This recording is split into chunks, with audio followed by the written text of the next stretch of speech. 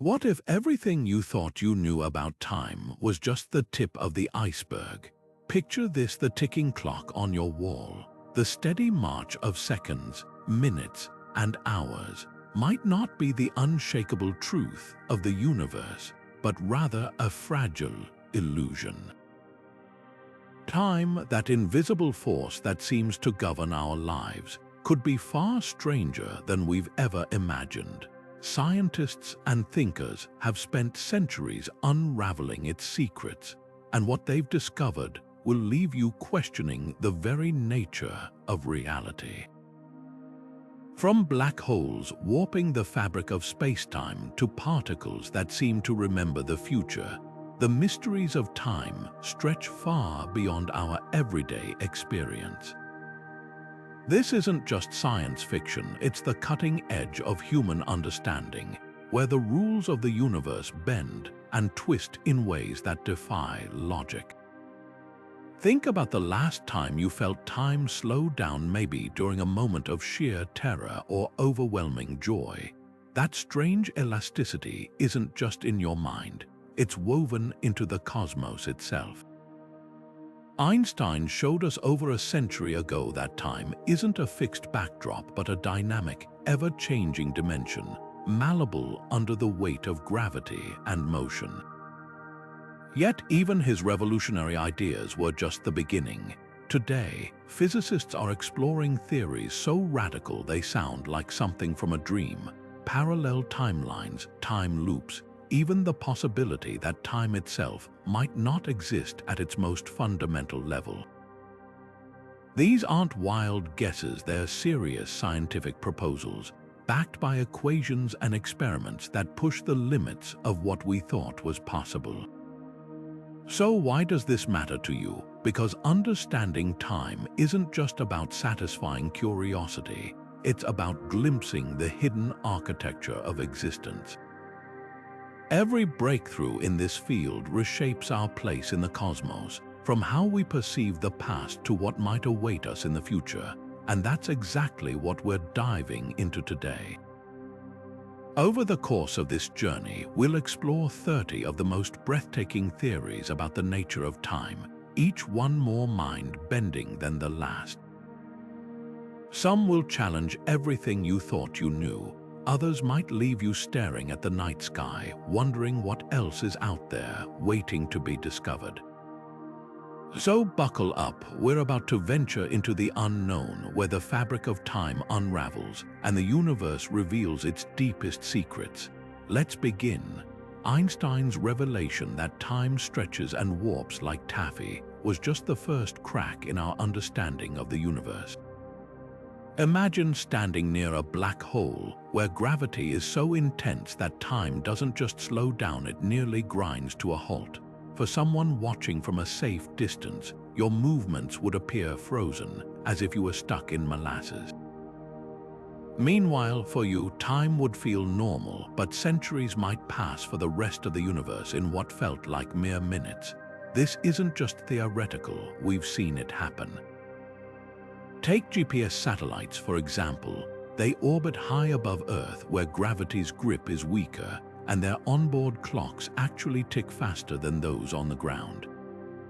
If engineers didn't account for this tiny time difference, your navigation apps would lead you astray by miles within minutes. But the strangeness doesn't stop there. Motion itself twists time's flow. Picture twins. One stays on Earth while the other rockets through space at near light speed. When the traveling twin returns, they'd be younger than their sibling, a real-life version of the famous twin paradox. Atomic clocks flown on airplanes have proven this too, ticking ever so slightly slower than their grounded counterparts. Einstein's equations show that time and space are woven together into a single fabric, and when you pull on one thread, the other responds. This means every time you take a step or even lift your arm, you're subtly altering the flow of time around you. What's truly mind-blowing is how relativity upended the idea of a universal now. Two events happening simultaneously for one observer, might occur at completely different times for someone else moving at a different speed. There's no cosmic stopwatch ticking away in the background, just a vast, interconnected web where each of us experiences time in our own unique way. This realization didn't just change physics, it rewrote the rules of reality itself, proving that the universe is far more dynamic and interconnected than Newton ever dreamed. And if time can bend this much under gravity and motion, what other secrets is it hiding? If time as we experience it, a flowing river carrying us from past to future, is just an illusion, what does that mean for reality itself? The block universe theory proposes a radical answer. Every moment that ever was or will be exists simultaneously, frozen in place like frames on a film reel. In this view, the universe isn't unfolding. It's already fully formed, with past, present, and future stacked together like slices in a four-dimensional loaf of bread. Your first steps as a child, the device you're holding right now, and events that haven't happened yet are all equally real, just occupying different coordinates in space-time. This idea isn't science fiction, it's a direct consequence of Einstein's equations. In Relativity, time is woven into the fabric of the cosmos as a dimension, no different from length, width, or height. Think of it like a map, just as north and south are directions in space, earlier and later are directions in time. From this perspective, the universe resembles an enormous block where every event has its fixed place. A star exploding 1 billion years ago and a civilization rising 1 billion years from now are both out there, eternally present in the grand structure of reality. But here's where it gets unsettling. If the future is already written, does free will exist? Or are we just passengers on a cosmic ride, fooled into thinking we're making choices? Philosophers have wrestled with this for centuries, but physicists add a twist. Under the block universe model, causality doesn't disappear. It's baked into the geometry of space-time. Every event is connected, not by time's flow, but by unchanging relationships like dots connected by lines on a page. Your decision to watch this video was always part of the block, just as inevitable as the sunrise. Yet our brains rebel against this idea. We feel time passing, remember the past, and anticipate the future. How can both experiences be true? Some scientists suggest consciousness itself might be the key, that our perception of time's flow is a trick of the mind, a way for our brains to make sense of a static universe. Picture a flashlight shining on one frame of that film reel at a time. The light is your awareness, creating the illusion of motion where none truly exists. The block universe doesn't just challenge our sense of time, it reshapes how we think about existence. If the future is already out there, are we discovering it? Or are we just reading lines from a script written in the fabric of reality? Maybe the answer lies somewhere in between. After all, even if the block is fixed, our path through it is still ours to experience, moment by moment. And that journey, whether predetermined or not, is what makes the universe feel alive. Just when you thought time couldn't get any stranger, along come time crystal structures that don't just exist in space, but dance endlessly through time itself. Imagine a snowflake that doesn't melt or a pendulum that swings forever without ever being pushed. That's the eerie beauty of time crystals, a bizarre new phase of matter that defies one of the universe's most fundamental rules, the arrow of time. While everything around us, from boiling kettles to aging stars, moves irreversibly toward disorder, time crystals exist in a perpetual loop, repeating their patterns like a cosmic record stuck on replay. The idea was first proposed by Nobel Prize-winning physicist Frank Wilczek in 2012, and it sounded so outlandish that many scientists dismissed it as impossible. After all, how could something oscillate indefinitely without energy? seemingly mocking the second law of thermodynamics. But by 2017, researchers had done the unthinkable. They'd created time crystals in the lab using chains of charged atoms chilled to near absolute zero and manipulated with lasers. These tiny quantum systems didn't just resist equilibrium, they pulsed rhythmically like a heartbeat that never slows, flipping between states without any energy input. What makes time crystals truly revolutionary isn't just their defiance of physics textbooks, it's what they reveal about time's hidden symmetries. Normally, the laws of physics don't care if you run time forward or backward, they work the same way. But in our everyday world, time has a clear direction: eggs crack but never uncrack, coffee cools but never reheats itself. Time crystals blur this distinction. Their repeating patterns mean they'd look identical whether you observed them moving forward or backward in time, as if time itself had lost its grip on them. This isn't just a laboratory curiosity.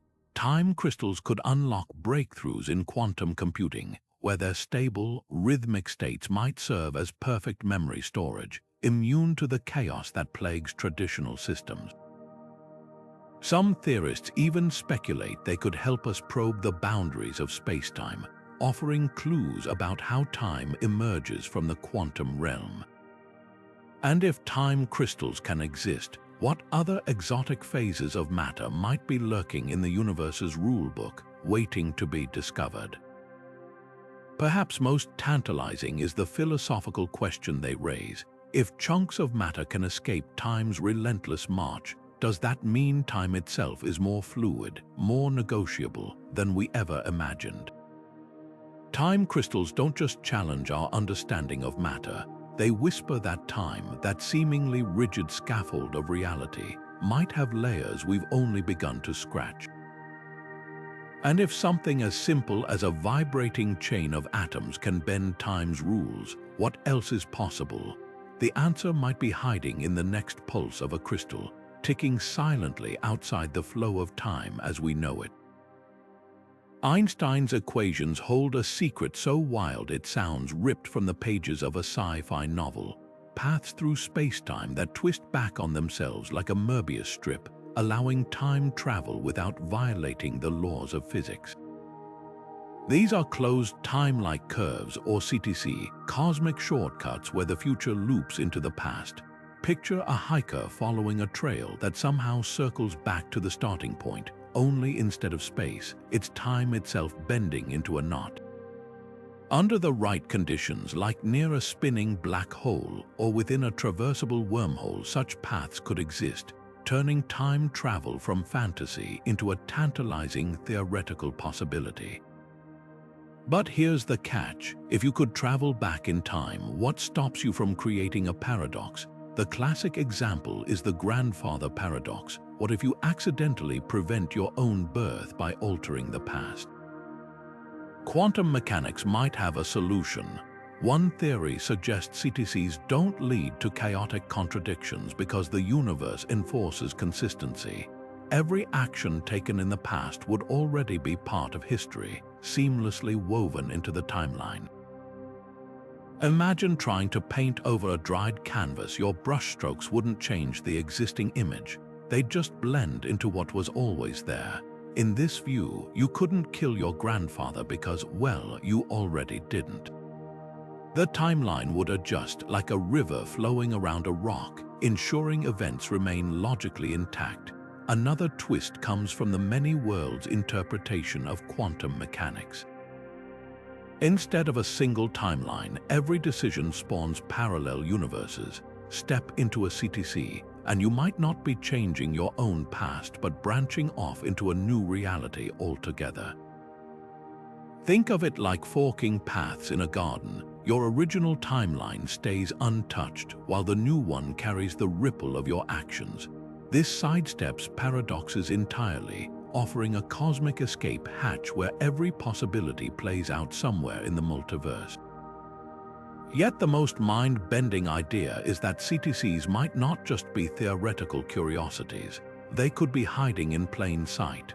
certain solutions to Einstein's equations, like rotating cosmic strings or wormholes stabilized by exotic matter, could naturally form these time loops. Even if we never build a time machine, the universe might already contain them, threaded through the fabric of space-time like invisible seams. The catch: no one's found evidence yet, and the energy requirements to create or stabilize a CTC are staggeringly beyond our reach. But the mere possibility reshapes how we think about cause and effect.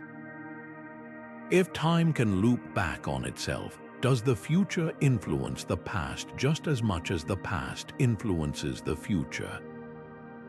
Could the universe be a vast, self-correcting puzzle where every piece fits perfectly, no matter where you start? Closed time-like curves don't just challenge our understanding of time, they invite us to rethink reality itself, where the line between science and speculation blurs into something far stranger than fiction. What if the universe we perceive, with its 3 dimensions of space and 1 of time, is nothing more than an elaborate illusion, like a hologram projected from the edge of reality?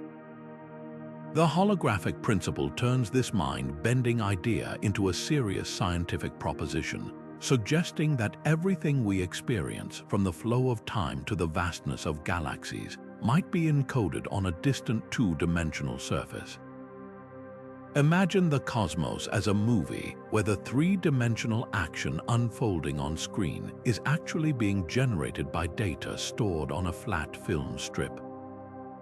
In this analogy, time isn't a fundamental feature of the universe but a side effect, emerging from quantum interactions happening on that hidden boundary. The roots of this theory trace back to black holes, those cosmic enigmas where gravity is so intense that not even light can escape. When matter falls into a black hole, it doesn't just vanish, its information gets imprinted on the event horizon, the point of no return. Physicists discovered something astonishing. The amount of information a black hole can hold doesn't depend on its volume, but on the area of its event horizon. This was the first hint that reality might not be what it seems. If a 3-dimensional black hole's secrets can be stored on a 2-dimensional surface, could the same be true for the entire universe? This idea gains even more weight when we consider quantum entanglement, that spooky connection where particles instantly influence each other across vast distances. The holographic principle suggests that entanglement might be the glue holding the projection together, with every event in our 3-dimensional world mirrored by interactions on that distant 2-dimensional boundary. Time, in this view, isn't a river flowing on its own. It's more like the flickering of pixels on a screen created by underlying quantum processes we can't yet see. If the holographic principle is true, it could solve one of physics' greatest puzzles, uniting Einstein's theory of gravity with the bizarre rules of quantum mechanics. Gravity, which shapes the large-scale structure of the cosmos, and quantum physics, governing the tiny realm of particles, have stubbornly refused to fit together. But if both are just different expressions of information encoded on a 2-dimensional surface, their contradictions might melt away. It's as if we've been trying to solve a jigsaw puzzle with pieces from 2 different boxes, only to realize they're actually part of the same hidden picture. Yet the implications go even deeper. If time emerges from quantum entanglement, does that mean our sense of past, present, and future is just a useful fiction? Could the universe be fundamentally timeless, with change and causality arising from how we perceive the hologram? Some researchers speculate that this might explain why time seems to flow in one direction. It's not an intrinsic feature of reality, but a consequence of how information unfolds on the cosmic projector screen. The holographic principle doesn't just challenge our understanding of time, it redefines what reality might actually be. We're so accustomed to thinking of the universe as a vast, 3-dimensional stage where events play out over time. But what if that stage is just the shadow of something far stranger, a flat, information-rich boundary where the true workings of existence are written? The next time you glance at a clock or feel the seconds slip by, consider this.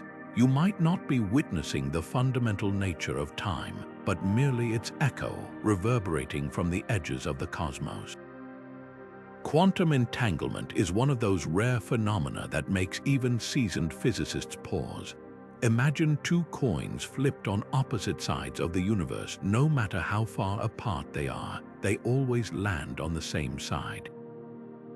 That's the essence of entanglement, where particles become inextricably linked, sharing a single quantum state. Measure 1, and its partner instantly reflects the result, even if separated by light years. This spooky action at a distance, as Einstein called it, seems to defy the cosmic speed limit set by light itself. But here's where it gets even weirder. This connection doesn't just ignore space, it might also sidestep time. Recent experiments have shown something astonishing. When scientists measure entangled particles, the correlation between them holds true no matter which particle is observed first. It's as if the particles don't care about the order of events. Time, in the classical sense, doesn't seem to apply. In one groundbreaking study, researchers arranged measurements so that the observation of one particle effectively happened before its partner was even prepared. Yet the results matched perfectly, as if the later measurement reached backward in time to coordinate with the earlier one. This isn't just a quirk of statistics. It suggests that at the quantum level, cause and effect might not be as rigid as we thought.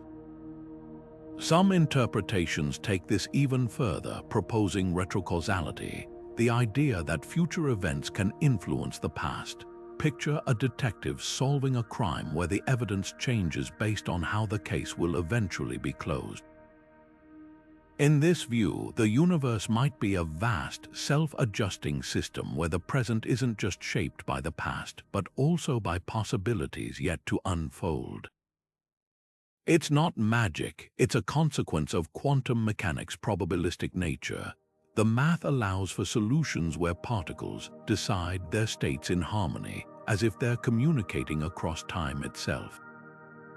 What does this mean for our everyday experience of time? If quantum events can blur the line between past and future, could time's arrow be more flexible than we realize? The rules governing the macroscopic world where spilled milk never unspills might not apply in the quantum realm. Instead of a straight timeline, reality could resemble a tangled web of interactions, where events aren't strictly bound by before and after. This doesn't just challenge our intuition, it reshapes how we think about the universe's fabric. If entanglement allows particles to bypass time's usual constraints, could space and time be emergent properties, not fundamental truths? Some theories suggest that what we perceive as time is really just the unfolding of quantum correlations, a cosmic illusion created by countless entangled interactions.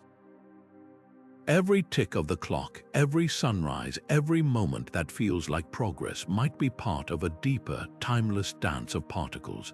And yet, here we are, perceiving time as linear, unshakable.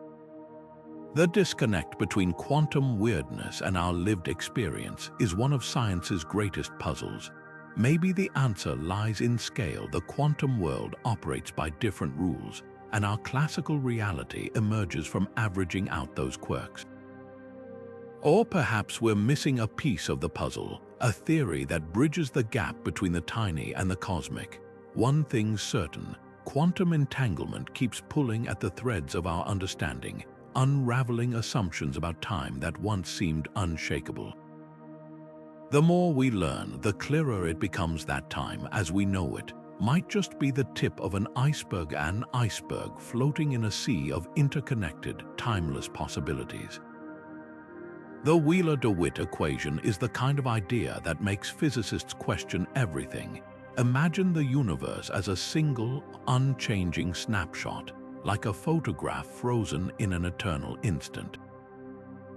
No ticking clocks, no flowing rivers, no aging stars, just pure static existence. That's the radical vision this equation presents, stripping away time as a fundamental feature of reality. At the quantum level, where gravity and the tiny dance of particles collide, the Wheeler-DeWitt equation paints a picture of a cosmos where time simply doesn't exist. It's as if the universe pressed pause at the moment of creation, and all the change we perceive is just an illusion playing out on the surface of something far stranger. How could time vanish? Think of it like watching a movie. The film strip itself, every frame existing simultaneously, is like the timeless universe described by the equation. But when you project it, the illusion of motion emerges. In this view, time isn't woven into the fabric of reality. It's a side effect of how we interact with the quantum world. Our measurements, our observations, even our consciousness might be the projectors that create the appearance of change. This idea turns the arrow of time on its head. Instead of time driving entropy, the universe's march toward disorder entropy might be creating time, like footprints appearing in the snow only after you've walked. The implications are staggering. If time isn't fundamental, then the past, present, and future could all be equally real, just different slices of a static whole. A dinosaur taking its last breath and a future civilization launching its first starship would exist simultaneously in the grand equation of the cosmos. Our sense of progression, of cause and effect, would be a trick of perspective, like ants crawling on a sculpture who mistake their path for the sculpture itself. Yet here's the puzzle: if time is an illusion, why does it feel so real? Why do we remember the past but not the future? Some scientists point to thermodynamics. Entropy, the measure of disorder, always increases, giving time its apparent direction. It's the reason ice melts in your drink but never spontaneously refreezes. In this framework, time's flow isn't a feature of the universe but a consequence of how energy spreads out. We perceive time because we're part of a system moving from order to chaos, like leaves caught in a river's current. But others push even further. Could time be a kind of collective hallucination, a story our brains tell to make sense of a timeless reality?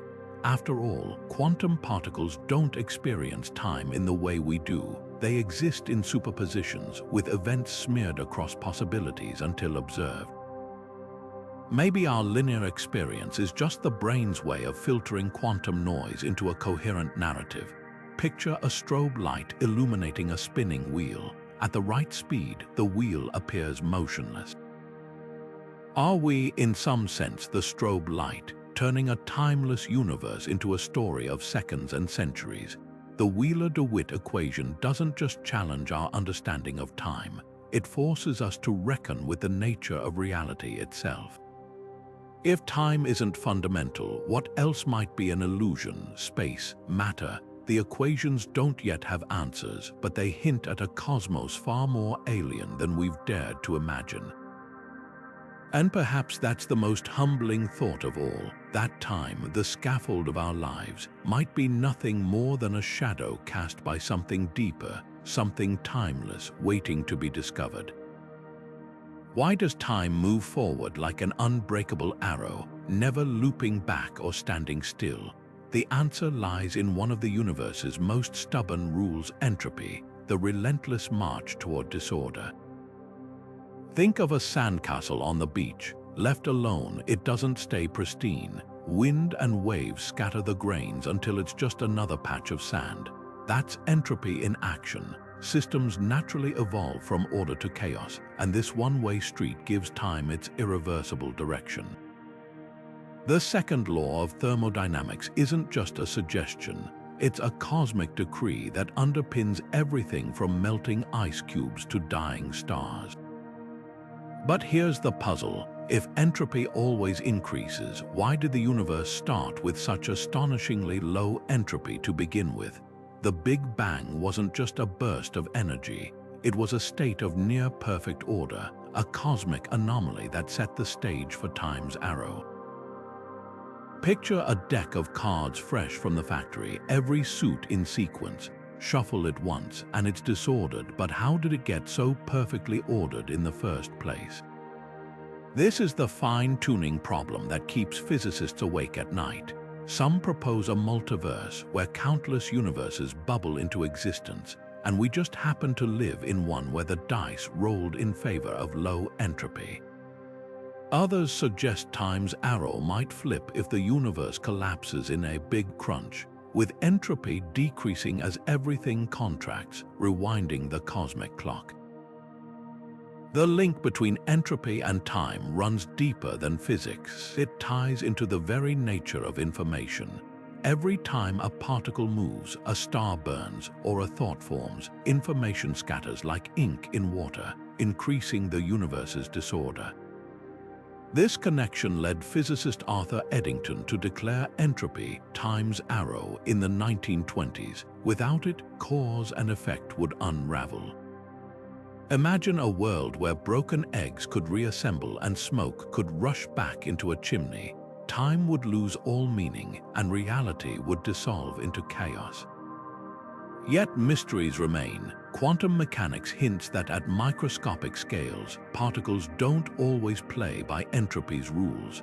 Some quantum processes appear reversible, as if time's arrow hesitates in the subatomic realm. Could this mean time's direction is emergent, a large-scale illusion born from countless tiny interactions? Or is entropy's grip absolute, with quantum weirdness just a temporary loophole? The arrow of time doesn't just shape the cosmos, it defines our existence. Memories solidify because entropy prevents them from unmixing. We age because our cells can't undo the damage of living.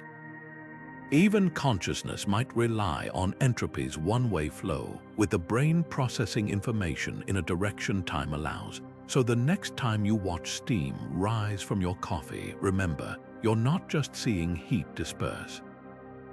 You're witnessing the engine that drives time itself, the silent force that keeps the universe moving forward, one irreversible moment at a time.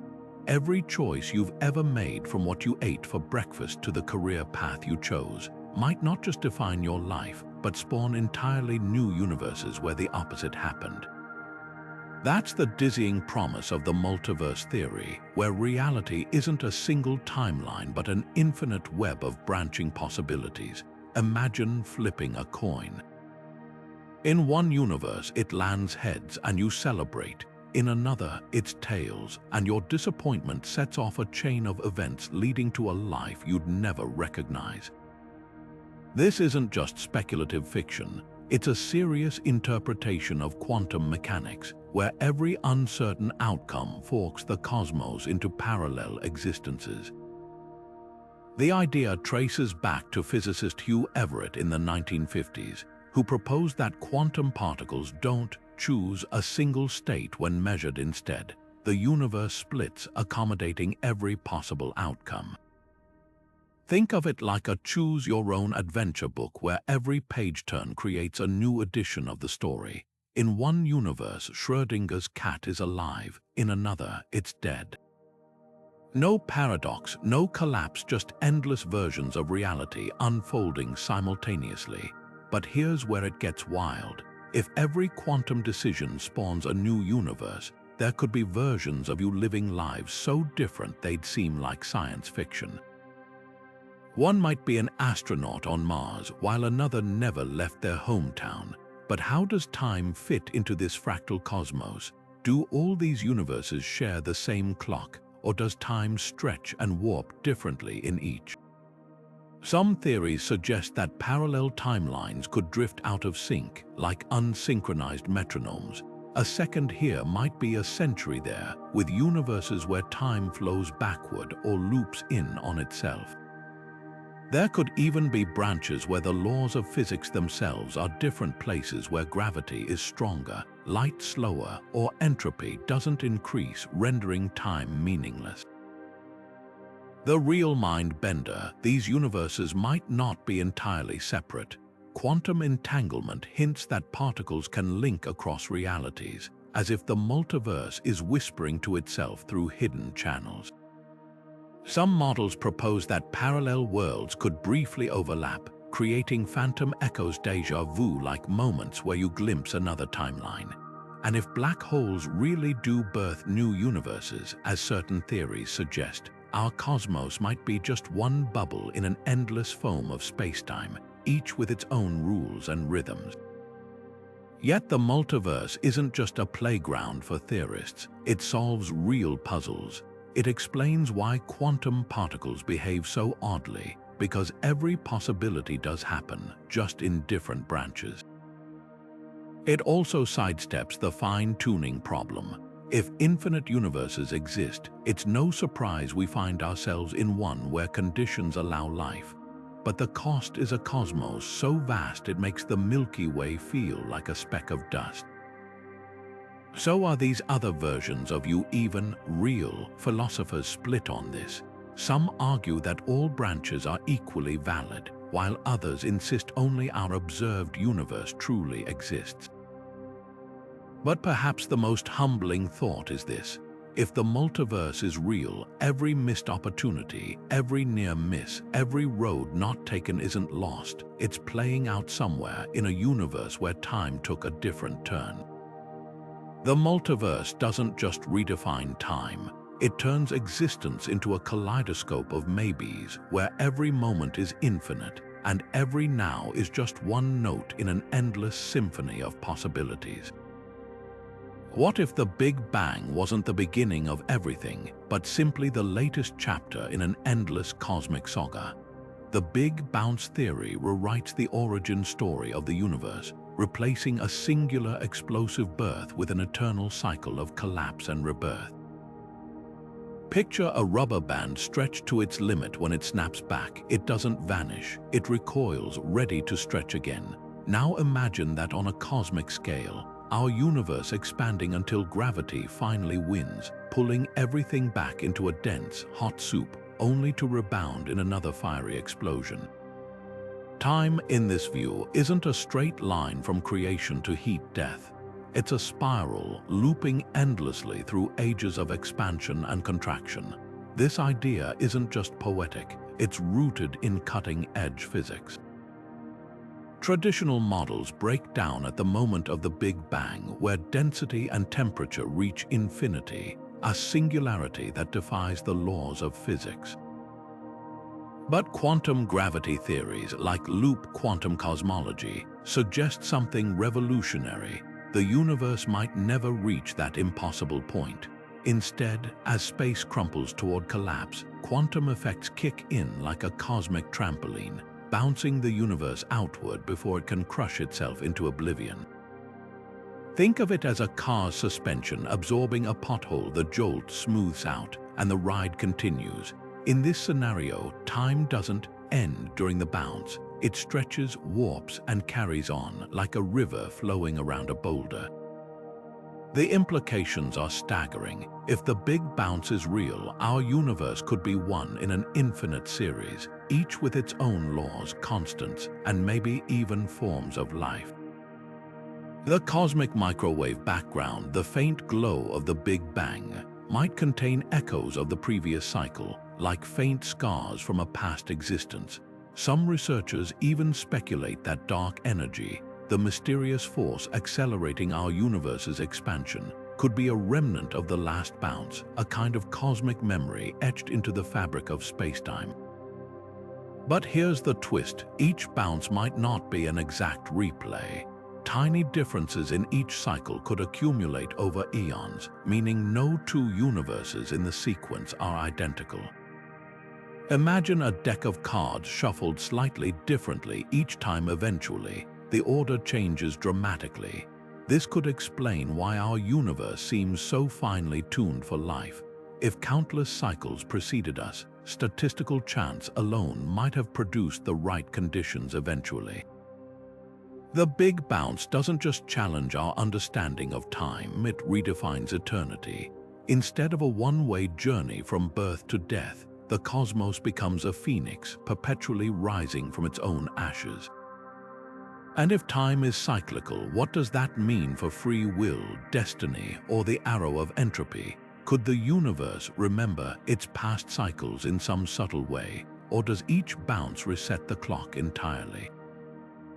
The answers might lie in the deepest patterns of the cosmos, waiting to be decoded. Perhaps most humbling is the thought that our entire universe, its galaxies, stars, and civilizations, might be just one note in an infinite cosmic symphony, with time itself as the conductor, raising and lowering the baton in an endless, silent rhythm. The next time you look up at the night sky, consider this. You might not be gazing into the void of a young universe, but the quiet before the next great crescendo. What if 300 years of human history, entire dynasties, wars, cultural movements never actually existed? The phantom time hypothesis proposes exactly that, suggesting the early Middle Ages from 614 to 911 AD were a grand fabrication, an elaborate fiction inserted into our historical record. Imagine entire centuries of parchment and stone, kings and conquests, painstakingly invented by some unseen hand. Proponents of this fringe theory point to odd gaps in tree ring data and architectural styles that seem to leap forward without clear evolution, as if the timeline itself had been stitched together like a patchwork quilt. Mainstream historians overwhelmingly reject the idea, citing mountains of archaeological evidence, dated artifacts, and cross-referenced records from China to the Middle East that align perfectly with the disputed period. But the phantom time hypothesis forces us to confront a deeper question. How much of history is truly set in stone, and how much relies on trust in the systems that record it?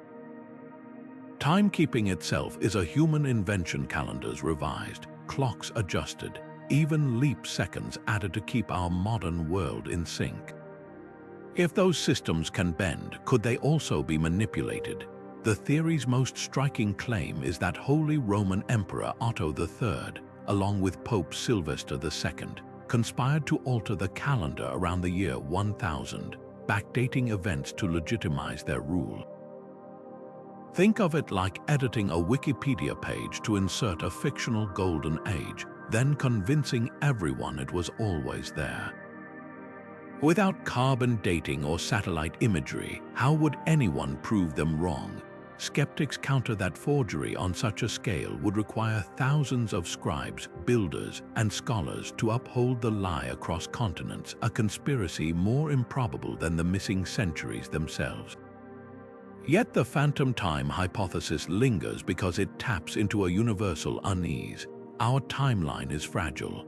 A single misplaced relic, a rewritten chronicle, or a misinterpreted star chart could ripple through history, warping our understanding of the past.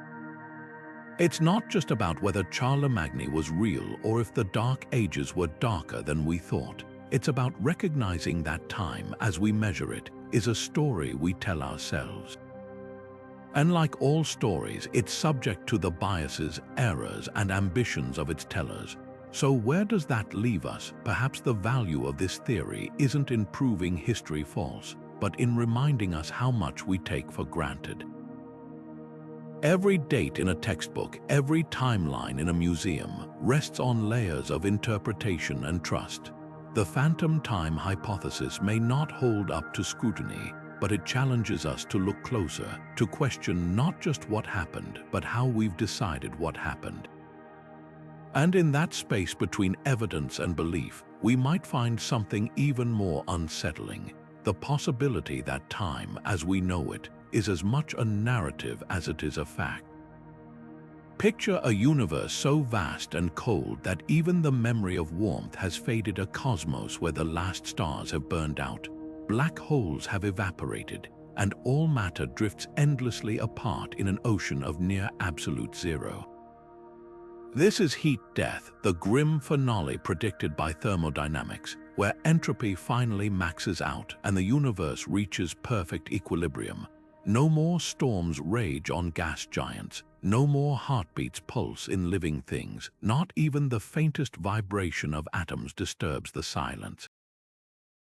In this frozen, featureless expanse, something even more unsettling happens. Time itself dissolves, without energy differences to drive change. No hot to cold, no high to low. Time loses all meaning.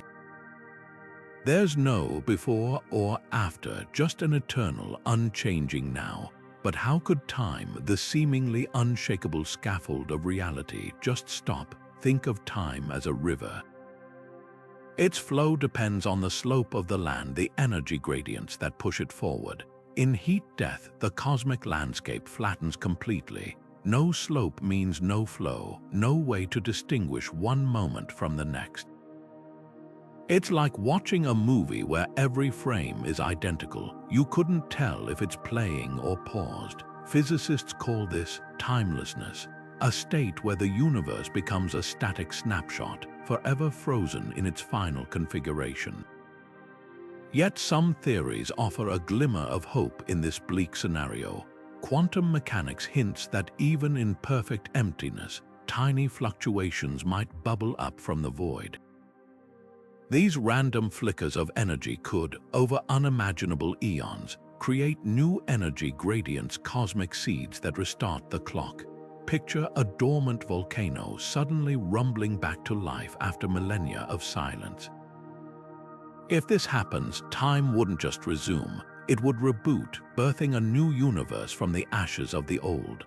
The catch: these fluctuations would take trillions upon trillions of years to accumulate, far longer than the current age of our universe.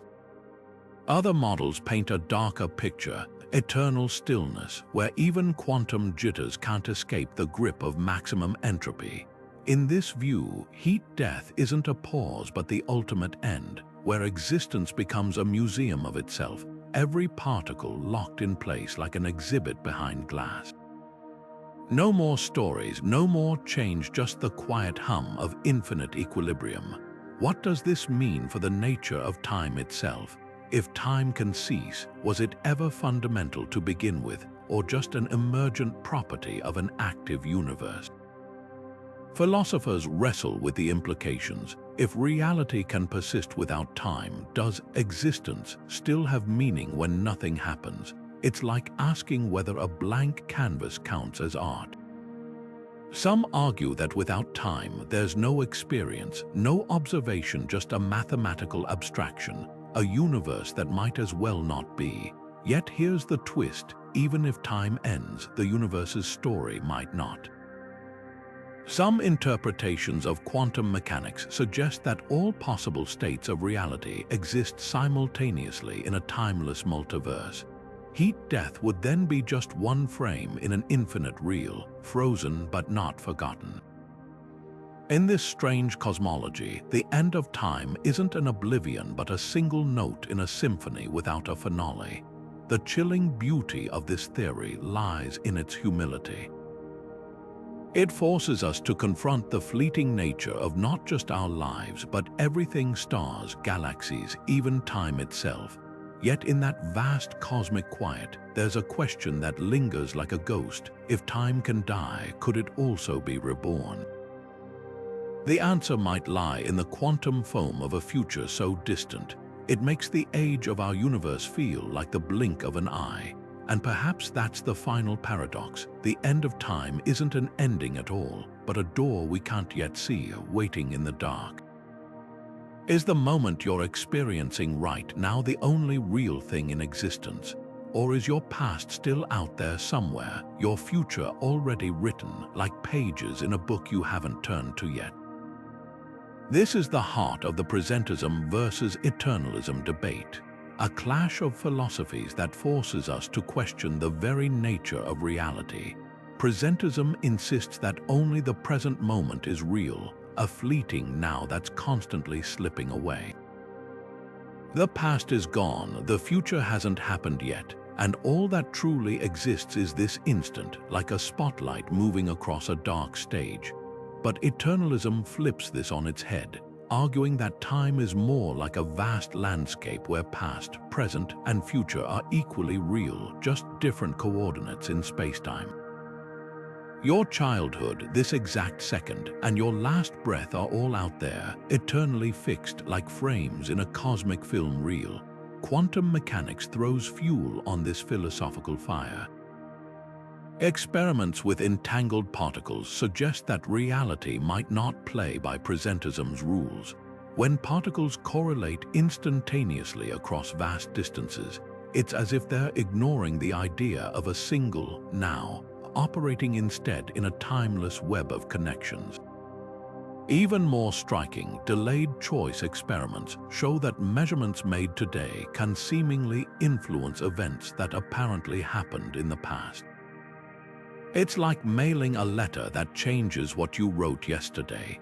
If these quantum quirks hold up, they nudge us toward Eternalism's block universe, where time's flow is an illusion and every moment is equally concrete. Yet our brains rebel against this idea. We feel time passing the ache of nostalgia, the thrill of anticipation. Presentism aligns with our gut sense that the past is gone and the future is unwritten. It's why we mourn lost loved ones and plan for retirement. We act as though only the present has weight. But here's the twist. If Eternalism is correct, those emotions might be the universe's greatest magic trick. Your grief over a faded memory, just one slice of a larger, unchanging truth where that person still exists in their own now. Your hopes for tomorrow. Already out there, waiting for you to catch up. The stakes are higher than abstract physics. This debate reshapes how we think about free will. If Eternalism's block universe is real, are our choices illusions? Or is free will woven into the fabric of spacetime, our decisions somehow writing the block as we go? Presentism offers comfort here if only the now exists. Maybe our actions genuinely shape an open future. But some philosophers propose a middle path, growing block theory, where the past and present are real, but the future remains unformed, a canvas we're still painting. Morality gets tangled in this too. If Eternalism is true, is suffering in the past still happening somewhere in spacetime? Does that make historical injustices eternally real wounds? Presentism would say no, the pain is gone, living only in records and memories. Yet both views force us to confront time's strangeness. Maybe the answer lies beyond, either or. Just as light behaves as both particle and wave, time might be both flowing and fixed, depending on how you look at it. After all, even Einstein called the distinction between past, present, and future a stubbornly persistent illusion. So which philosophy wins? The truth might be messier than either camp admits. Physics hints at eternalism, but human experience clings to presentism.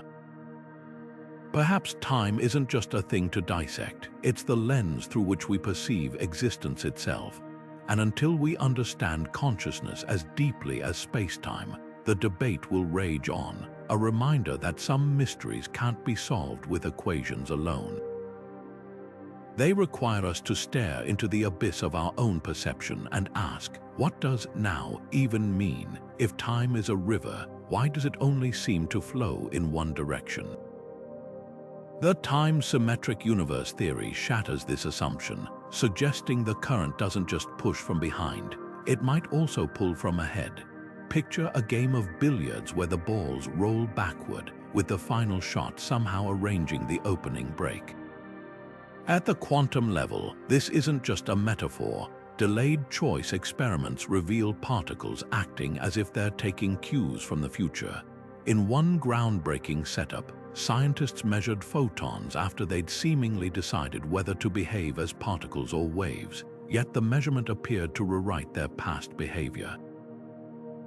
It's as if the universe is a script constantly being edited, with the ending influencing the opening scene.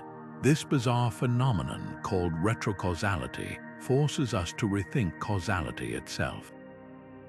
Normally, we assume causes precede effects. A falling domino knocks over the next one, not the other way around, but quantum mechanics dances to a different rhythm. Imagine planting a tree today whose roots grow backward through time to nourish a seed planted yesterday.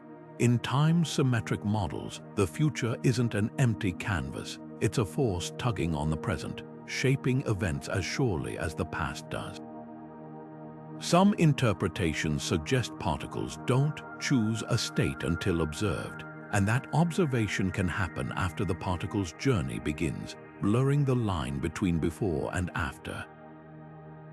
The implications ripple far beyond the lab. If the future holds weight, could our present actions be subtly guided by what's to come? Think of a detective who instinctively turns down an alley, only to later discover it led to the killer. Was it luck or some faint whisper from a timeline not yet fully realized? This isn't mysticism, it's a mathematical possibility within quantum theory. Even conscious decisions might operate within this two-way flow, with goals and intentions reaching backward to prime our choices, like echoes from a future we haven't yet reached. Critics argue this veers dangerously close to teleology, the idea that things exist for a purpose. But proponents counter that time symmetry doesn't imply destiny, it simply expands causality's playground. Imagine a sculptor working on clay from both ends simultaneously. The final form emerges from tension between past constraints and future possibilities, neither fully determined nor entirely free. The real puzzle is why we don't notice this backward influence in everyday life.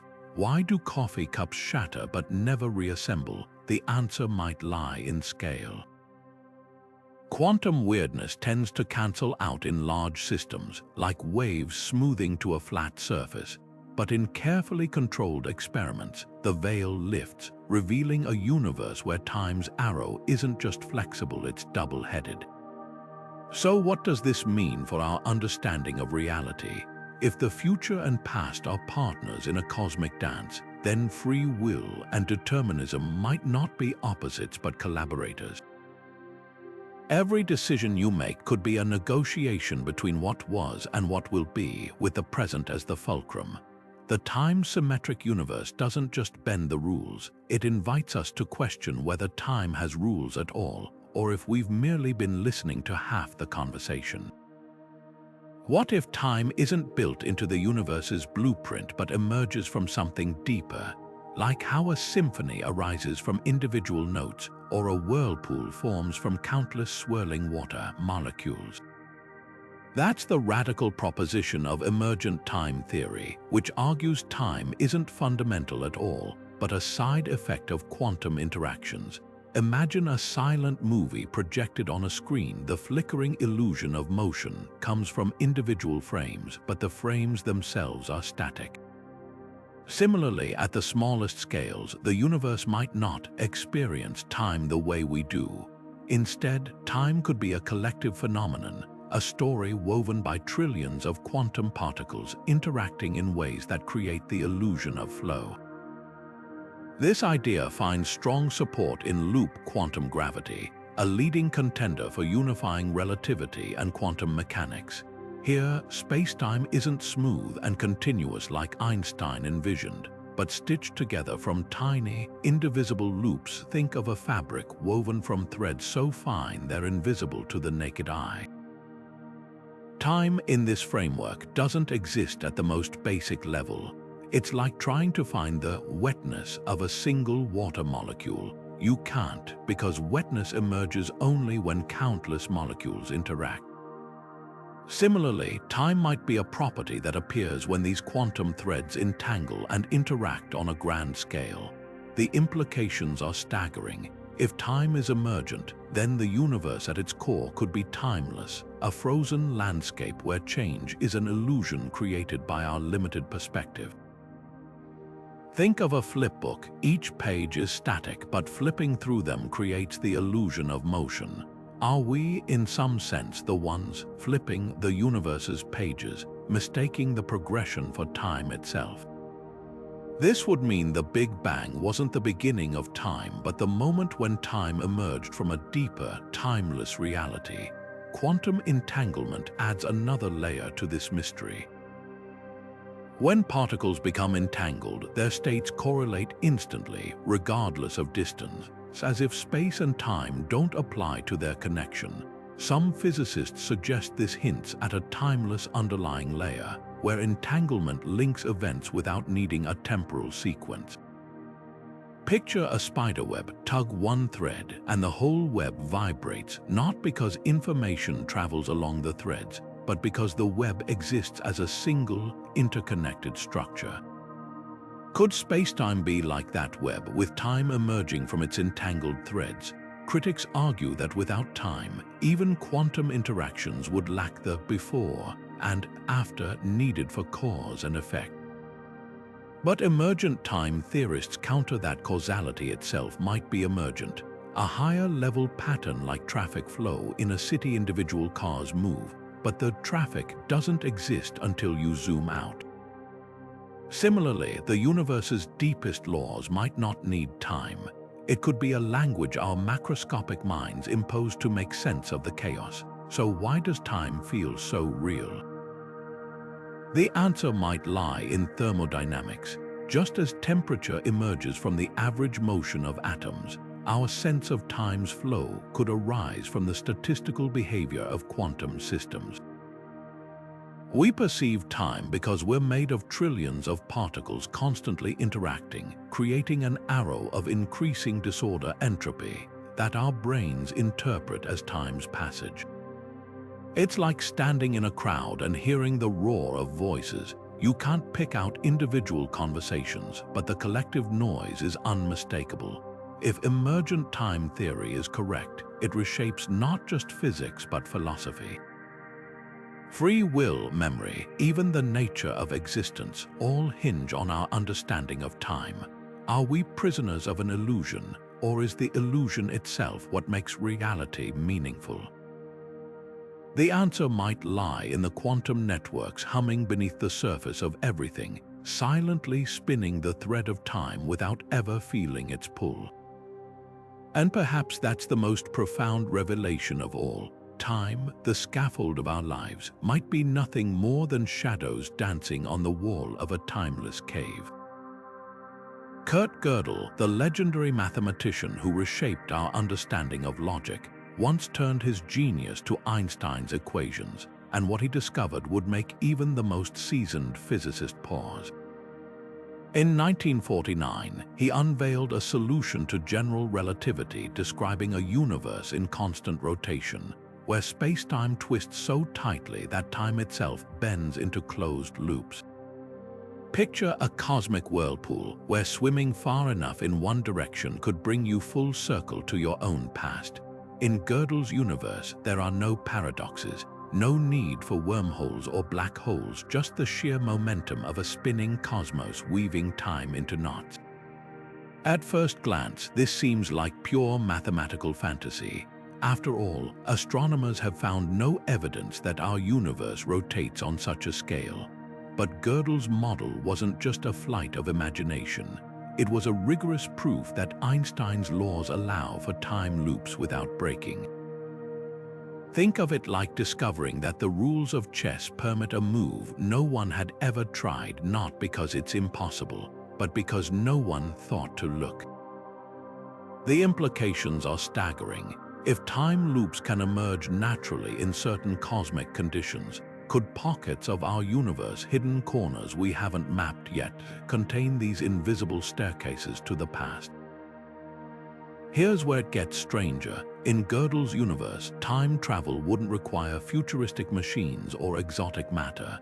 You'd just need a fast enough spaceship.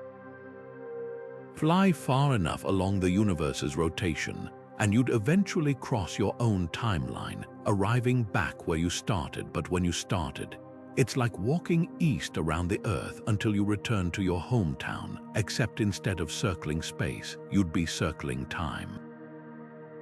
The catch: you'd need to traverse distances so vast they dwarf the observable universe, at speeds approaching light itself. Critics argue that Gödel's model conflicts with observations. Our cosmos appears isotropic, the same in all directions, with no sign of the large-scale rotation his theory requires. but some theorists speculate that rotation might be hidden in dimensions we can't perceive, or that local time loops could form in regions of extreme gravitational torsion, like near-spinning supermassive black holes. If so, advanced civilizations might have already pinpointed these cosmic shortcuts, treating them like interstellar subway tunnels through time. The real brilliance of Gödel's universe isn't just its time loops, it's how it redefines what's possible. By proving that closed time-like curves can emerge without violating relativity, he tore down the wall between science fiction and hard physics. Suddenly, time travel wasn't a paradox to avoid but a phenomenon to study, a feature of certain cosmic architectures. It's like realizing that ice isn't the only form water can take. Under the right conditions, it behaves in ways that defy everyday intuition. So why haven't we met time travelers from the future? Maybe Gödel's loops are too distant or unstable for practical use. Or perhaps we're like ants on a Mobius strip, unaware we're living on a surface where time doubles back on itself. Whatever the answer, Gödel's universe remains a haunting reminder that the fabric of reality might be far more malleable and far stranger than we ever dreamed. And if time loops are mathematically possible, who's to say they're not out there, waiting in the dark for someone or something to find them? At the edge of a black hole, time doesn't just bend, it shatters. The closer you get to that unfathomable point of infinite density known as the singularity, the more the rules of reality unravel. Imagine standing on the precipice of the event horizon, the boundary beyond which nothing escapes. From the perspective of someone watching from a safe distance, your movements would slow to a crawl, your image stretching into a frozen smear of light as time grinds to a near halt. But for you, plummeting toward the abyss, time would accelerate wildly, compressing what feels like moments into millennia for the outside universe. This isn't just theoretical, it's the brutal consequence of gravity twisting space-time into a knot. What happens at the singularity itself is one of physics' greatest mysteries. Einstein's equations break down here, yielding nonsense answers like infinite density and zero volume. Some theorists propose that these cosmic monsters don't just crush matter, they might tear the fabric of time itself, creating fractures where the normal flow of cause and effect ceases to exist.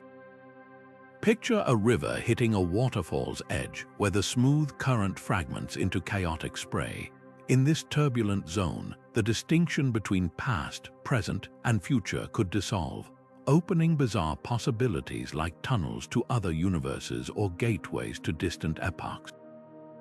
These hypothetical bridges, called Einstein-Rosen bridges or wormholes, aren't just science fiction. The math suggests they could form naturally in the extreme conditions near a singularity, linking disparate points in spacetime like cosmic shortcuts. The catch, surviving the trip, is another matter.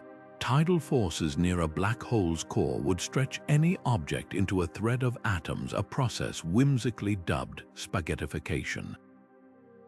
Even if you could endure the gravitational onslaught, navigating a wormhole would require exotic matter with negative energy to keep it stable, something we've never observed in nature. Yet the wildest idea isn't escaping a black hole, it's what might lie on the other side. Some models, like the black hole bounce theory, suggest singularities don't lead to oblivion but to new beginnings. The crushing gravity might rebound, spewing the black hole's contents into a newborn universe with its own physical laws. In this scenario, every black hole in our cosmos could be the Big Bang of another, a cosmic Russian doll with universes nested inside one another. Time wouldn't end at the singularity, it would reset like a clock striking midnight in an alien reality. The irony is profound. Black holes, these voracious destroyers of light and matter, might also be creators, birthing new timelines where time itself operates by different rules. They're the ultimate time machines, not because they let us revisit the past, but because they might rewrite the very definition of now. And if time can fracture and reboot inside these cosmic maelstroms, what does that say about the nature of reality beyond their event horizons? Perhaps the universe isn't a single, linear story, but an endless library of volumes, each with its own binding and timeline, all connected by the dark spines of black holes. So the next time you gaze at the inky darkness where a black hole lurks, remember, you're not just looking at a void, you're witnessing a place where time loses its meaning, where the universe folds in on itself, and where the ordinary rules of existence no longer apply. It's a laboratory for the most extreme physics, a window into dimensions we can't yet fathom, and a reminder that time, the steady drummer of our daily lives, is far more fragile than it seems. Picture waking up suddenly in total darkness, no body, no world, just your thoughts floating in an endless void. You try to remember how you got here, recalling a childhood, friendships, even the taste of coffee. But what if none of it ever happened? This is the nightmare scenario of the Boltzmann brain, a thought experiment so unsettling it makes the Matrix look like child's play. In an infinite universe governed by random chance, particles could theoretically arrange themselves by pure accident into a fully conscious brain, complete with fabricated memories of a life that never existed. Like a dreamer who wakes up only to realize they've never slept, this solitary mind would cling to imaginary experiences, utterly convinced of their reality while drifting in timeless nothingness. The idea springs from a paradox at the heart of thermodynamics. Over infinite time, even the most improbable events become inevitable, including the spontaneous assembly of complex structures from chaos. Think of shaking a box of Scrabble tiles forever. Eventually, they'll spell out Shakespeare. In a cosmos without end, fleeting fluctuations could birth not just atoms or molecules, but self-aware entities. The terrifying twist: given enough time, Boltzmann brains would statistically outnumber real observers like us by an unimaginable margin. After all, conjuring a single isolated mind requires far less energy and organization than an entire universe with galaxies, planets, and civilizations. So if randomness favors simplicity, which is more likely, that we're products of an ordered cosmos or momentary glitches in an eternal void, this isn't just philosophical paranoia, it's a genuine crisis for cosmology. If our universe truly lasts forever, Boltzmann brains become near certainties, rendering all observation suspect.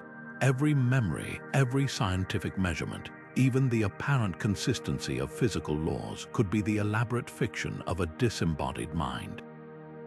It's like discovering your entire life was a hallucination, but with no real world to wake up to. Even the device you're using right now, the words on the screen, the feeling of your breath, none of it would exist outside the illusion. Some physicists counter that certain cosmic models, like rapid expansion or universal decay, might prevent Boltzmann brains from forming. Others argue consciousness can't emerge without context. A brain needs sensory input, not just random firing neurons. But the deeper question lingers: how can we ever trust our perceptions if reality itself might be a fluke? The Boltzmann brain paradox doesn't just threaten our sense of time, it pulls the rug out from under empiricism, leaving science without stable ground. Yet there's a strange solace in this madness. If we're truly Boltzmann brains, our suffering and joy are equally illusory. No wars were ever fought, no loved ones lost. But if we're not, then the universe's improbable order becomes something to marvel at. Either way, the theory forces us to confront the fragility of existence. Time's arrow, memory's grip, even the solidity of the present all could be whispers in the dark, woven by chance in a void that knows neither past nor future. And perhaps that's the most profound lesson. Reality, whatever it is, hangs by a thread so thin we might never see it snap. What does it even mean to ask what happened before time began? The Big Bang isn't just the start of our universe, it's the point where space-time itself flickered into existence, where the very concept of before dissolves like smoke. Yet some of the most daring theories in physics refuse to let the question go. Imagine standing at the edge of Niagara Falls and trying to see what's upstream of the waterfall's origin. It seems impossible, but what if the river bends in ways we can't perceive? That's the essence of pre-Big Bang cosmology, searching for the cosmic riverbank where time's flow began.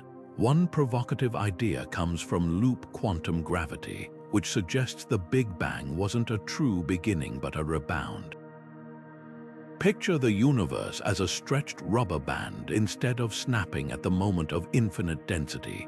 Quantum effects make it bounce, with our expanding universe emerging from the collapse of a previous one. In this model, time doesn't start at the bang. It transitions like a phoenix rising from ashes we can't see. The equations reveal a surreal landscape where the pre-bounce universe contracts to a tiny, but not infinitely small, size before reversing course. There's no singularity, no point where physics breaks, just an eternal cycle of expansion and contraction where before and after lose their usual meaning. Then there's string theory's wilder sibling, brain cosmology. Imagine our universe as a three-dimensional sheet floating in a higher dimensional space, like a single page in a vast cosmic book.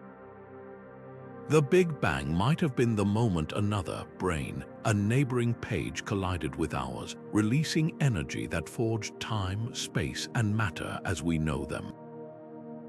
In this view, time didn't emerge from nothing. It unfolded from a geometry beyond our perception, like shadows cast by objects in a fourth spatial dimension. The before wasn't a temporal state but a separate configuration of reality, as alien to us as three-dimensional life would seem to flatland characters. Even more radical is conformal cyclic cosmology, proposed by Nobel laureate Roger Penrose. It suggests that the far future of our universe, cold, dark, and empty after heat death, somehow resets the conditions for a new Big Bang. The twist, time and distance scales become meaningless in this transition. An infinite future gets recycled into a new beginning, like an endless Möbius strip where the end seamlessly becomes the start.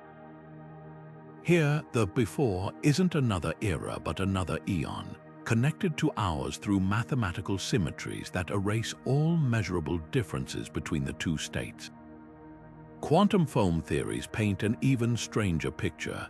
At scales a trillion times smaller than an atom, spacetime might churn with virtual particles popping in and out of existence. Some models propose that our universe bubbled up from this froth, meaning the pre-Big Bang state wasn't a universe at all but a seething, timeless quantum potentiality. Think of it like boiling water. Most bubbles collapse instantly, but 1 hour stabilized and expanded. In this scenario, time didn't emerge from a clockwork mechanism, but from a statistical fluke in an eternal quantum dice game. The hardest part isn't the math, it's the language. Words like before and after crumble when discussing timeless origins, like trying to describe color to someone who's only seen black and white.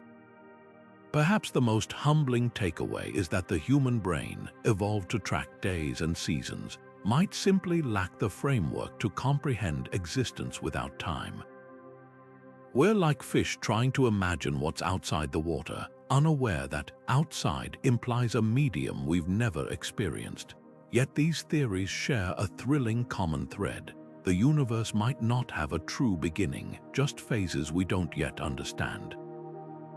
Whether it's bouncing cosmoses, colliding brains, or quantum resets, they all suggest that time as we know it is just one chapter in a story with no title page. And if that's true, then the deepest question isn't what came before the Big Bang. It's whether before is the right word at all. What if the ticking clock, the aging of stars, even your memories of yesterday, none of it is real, but just lines of code in an unfathomably advanced simulation? The simulation hypothesis takes the question of time's nature and flips it on its head, suggesting our entire experience of past, present, and future might be nothing more than a programmed construct, a cosmic illusion rendered by some higher dimensional computer. Think of it like a video game where time isn't an intrinsic feature of the world but a variable controlled by the game's engine. The sun rises and sets not because of celestial mechanics, but because the simulation's clock advances frame by frame.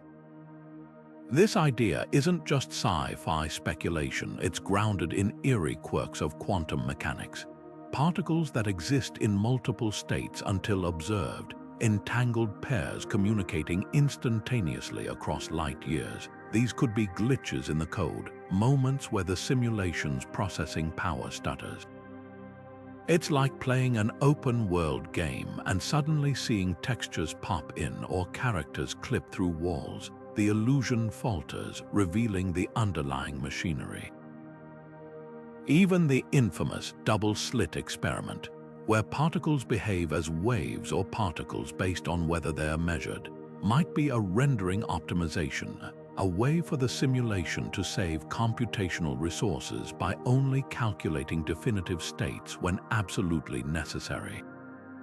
But the real mind-bender is how this reshapes time's arrow. In a simulation, the past could be nothing more than a saved file, the future a set of probabilities waiting to be computed. The flow of time might just be the simulation updating its state, like a slideshow advancing one frame per second to create the illusion of motion. This raises spine-tingling possibilities. Could the architects of the simulation pause time to troubleshoot, rewind it to revisit historical events, or even run multiple versions side by side, testing alternate histories like a scientist tweaking variables in an experiment? The implications for free will are even more unsettling. If time is predetermined by code, are our choices real, or just the output of an algorithm predicting our every move? Imagine a game where non-player characters believe they're making decisions, unaware their dialogue trees were written by a programmer. Yet some argue that free will could persist within the simulation's rules, like players in a sandbox game who still have agency within the system's limits. After all, even if our universe is a simulation, its laws feel as real to us as the rules of gravity. Critics dismiss this as modern-day solipsism, a high-tech version of "how do I know I'm not a brain in a vat?" But the hypothesis gains traction from two unsettling facts. First, the universe's laws appear finely tuned for life, almost as if designed. Second, our technology is already creating rudimentary simulations, virtual worlds with their own physics and time. If civilizations just slightly more advanced than ours can do this, why couldn't a vastly older one create ours? The simulation hypothesis doesn't just demote time from a fundamental force to a variable, it turns reality itself into a question mark. If time is code, then entropy, causality, even memory might be clever illusions. Your childhood birthday parties, data points in a cosmic database, the heat-death of the universe. An endpoint written into the program, and if the simulation can be altered or shut down, then time, as we know it, is as fragile as a cursor blinking on a screen, here one moment, gone the next, with no warning at all. So the next time you check your watch, ask yourself, are you tracking the pulse of the cosmos, or just the refresh rate of a universe-sized server? The answer might depend on whether we're the creators or the created, in a game where time itself is just another setting waiting to be adjusted. Remember the endless summers of childhood when a single afternoon stretched like taffy, packed with adventures that felt like they could fill a lifetime. Now, decades later, weeks blur into months and seasons flicker past like pages torn from a calendar. This isn't just nostalgia, it's a neurological mystery. As we age, time seems to accelerate, not because the universe is speeding up, but because our brains are rewiring how we perceive it. The first time you rode a bike, the unfamiliar rush of wind and balance carved deep grooves in your memory. But after years of commuting, those same neural pathways become highways, and the journey barely registers. Novelty is the secret sauce that stretches time. When every experience is fresh, the brain records more details, creating a denser memory log that makes past events feel longer in retrospect. It's like comparing a high-resolution photo to a compressed JPEG. One is rich and vivid, the other a blur. But biology isn't the only culprit. Your body's internal metronome, your metabolism also slows with age. Children's hearts beat faster, their breath comes quicker, and their cellular processes fire at a sprint, creating more ticks in their subjective timeline. As adults, that metabolic tempo decelerates, making external time feel comparatively rushed. Think of it like watching a clock with a sluggish second hand. When your internal rhythm slows, the world outside seems to race ahead. Yet some theories venture beyond biology into the quantum realm. Could the very act of consciousness manipulate time perception? In quantum biology, researchers explore how processes like electron tunneling in neurons might influence how we experience duration. Imagine your brain as a quantum stopwatch, where observation itself alters the flow of time at a microscopic level. This isn't just philosophical musing. Studies show that during life-threatening situations, when the brain hyper-focuses, people report time dilating dramatically, as if seconds stretch into minutes. It's as if consciousness can warp time's fabric under extreme conditions, hinting that our minds might be active participants in shaping time, not just passive observers. This raises a haunting question. If time is so malleable to perception, does objective time even exist? Physics treats time as a dimension, but our lived experience is more like a river with variable currents. Cultures around the world perceive time differently. Some see it as cyclical, others as linear. Even language reflects this. Mandarin speakers, for example, often describe time vertically, up for past, down for future, while English speakers use horizontal metaphors, ahead or behind. These frameworks aren't just linguistic quirks, they shape how we feel time's passage. The most radical idea, time might be a collective hallucination, a shared story our brains tell to make sense of entropy's march. Without memory, there's no past. Without anticipation, no future. In this view, the present moment is all that exists, and time is the canvas our minds paint upon. So the next time you glance at the clock and wonder where the hours went, remember, you're not just watching time, you're creating it, one conscious moment at a time. And that means the power to slow it down might lie in the very thing that makes it fly, your attention. Fill your days with curiosity, and suddenly, time might just hand you back those endless summers. We think of time as smooth and continuous, like a river flowing without interruption. But what if it's more like a flipbook, a series of tiny, indivisible frames flickering past too quickly for us to notice? That's the startling premise of the Chronon Hypothesis, the idea that time isn't infinitely divisible but comes in discrete, pixel-like packets.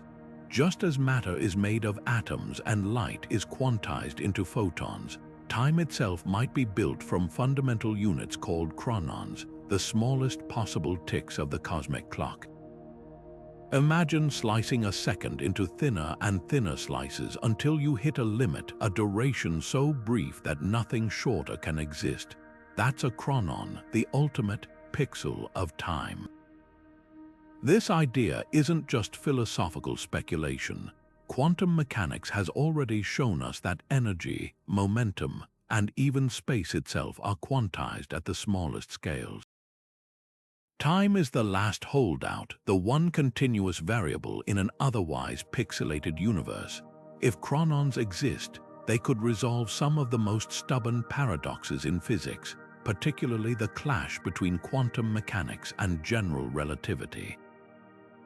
Right now, Einstein's theory treats spacetime as a smooth fabric, while quantum mechanics deals in jumps and probabilities.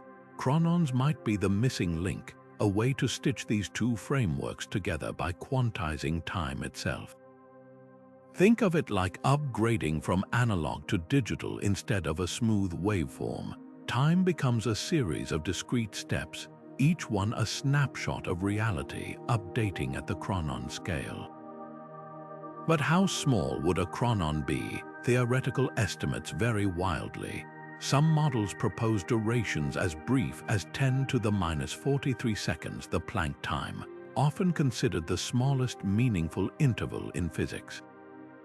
At this scale, time would flicker past at a rate so fast it makes the blink of an eye seem eternal. Other theories suggest chronons might be far larger, perhaps even detectable with advanced atomic clocks. The challenge is that probing these scales requires unimaginable precision. It's like trying to photograph a hummingbird's wings with a camera that can only snap one picture per second. You'd miss the motion entirely. The implications are staggering. If time is pixelated, then motion itself might be an illusion, not a smooth glide but a rapid-fire sequence of static positions, like a stop-motion animation. Even causality, the bedrock of physics, would operate in discrete jumps rather than a continuous flow. Events wouldn't unfold seamlessly. They'd update frame by frame, with each chronon marking a new state of the universe. This could explain quantum weirdness, like particles teleporting between states without passing through intermediate points. They wouldn't be jumping, they'd simply be moving in sync with time's fundamental refresh rate. Yet the Chronon Hypothesis isn't without its critics. If time is quantized, how does it interact with space, which relativity treats as part of the same flexible fabric? Does space pixelate too, or does it remain smooth while time stutters? And what happens to our perception of time's flow? Our brains might stitch chronons together seamlessly, like a movie projector blending still images into motion. But that raises deeper questions about consciousness itself. Are we, in some sense, living in the gaps between chronons, our minds filling in the blanks to create the illusion of continuity? The search for chronons is more than a theoretical exercise. It's a hunt for the heartbeat of reality itself. If they exist, they'd rewrite our understanding of time from the ground up, proving that even the most fundamental aspects of existence are built from something deeper, something discrete. And if they don't, then time's smoothness is a mystery waiting to be unraveled, a reminder that the universe still holds secrets we've only begun to imagine. Either way, the Chronon Hypothesis forces us to confront a radical possibility. That time, the invisible current carrying us forward might be far stranger and far more structured than we ever dreamed.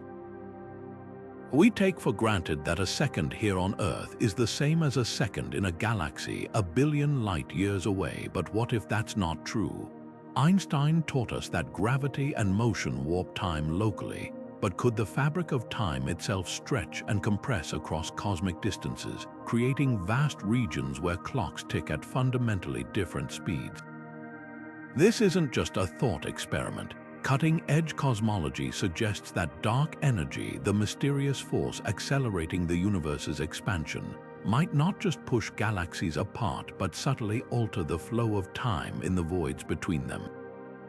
Picture the universe as a loaf of rising raisin bread, where the dough between the raisins isn't just expanding but fermenting, changing in ways that affect time's very rhythm. The math behind this is staggering. In regions where dark energy dominates, the quantum vacuum, the seething foam of particles popping in and out of existence, might fluctuate differently, tweaking the constants that govern time's passage. It's like tuning a piano where some keys play slightly faster or slower depending on where you're sitting in the concert hall. These variations wouldn't just affect clocks, they'd reshape causality itself. A civilization born in a slow time zone could watch stars age in fast forward, while their neighbors in a fast time region might see them frozen like statues. The universe wouldn't just have time zones, it'd have time climates, with entire superclusters experiencing time like deserts or jungles, each with their own metabolic rate. Evidence for this wild idea is still speculative, but tantalizing clues exist. Astronomers have noticed subtle discrepancies in the light from distant supernova that can't be explained by expansion alone, as if time itself were dragging in certain patches of space. Even more provocative are anomalies in the cosmic microwave background, the afterglow of the Big Bang. Some theorists argue these irregularities could be fingerprints of variable time flow imprinted on the early universe, like wrinkles in a blanket that never smoothed out. The implications rewrite the rules of reality. If time's speed isn't uniform, the age of the universe becomes a local measurement, not an absolute truth. 13.8 billion years might be Earth's stopwatch reading, while elsewhere the cosmos could count 15 billion or 5. It's as if the universe has multiple birth certificates, each valid in its own domain. This could solve the Hubble tension, the puzzling mismatch in measurements of cosmic expansion, by revealing we've been comparing clocks that were never synchronized to begin with. But the real mind-bender is what this means for life. Could some corners of the cosmos experience time so slowly that heat death arrives before intelligence emerges? Or so fast that civilizations rise and fall in what we'd call a blink? The universe might be a mosaic of temporal archipelagos, each island drifting to its own rhythm, forever out of sync. And if that's true, the greatest cosmic tragedy isn't that we're alone, it's that we might be separated not just by space, but by time itself, stranded in currents too swift or sluggish to ever meet.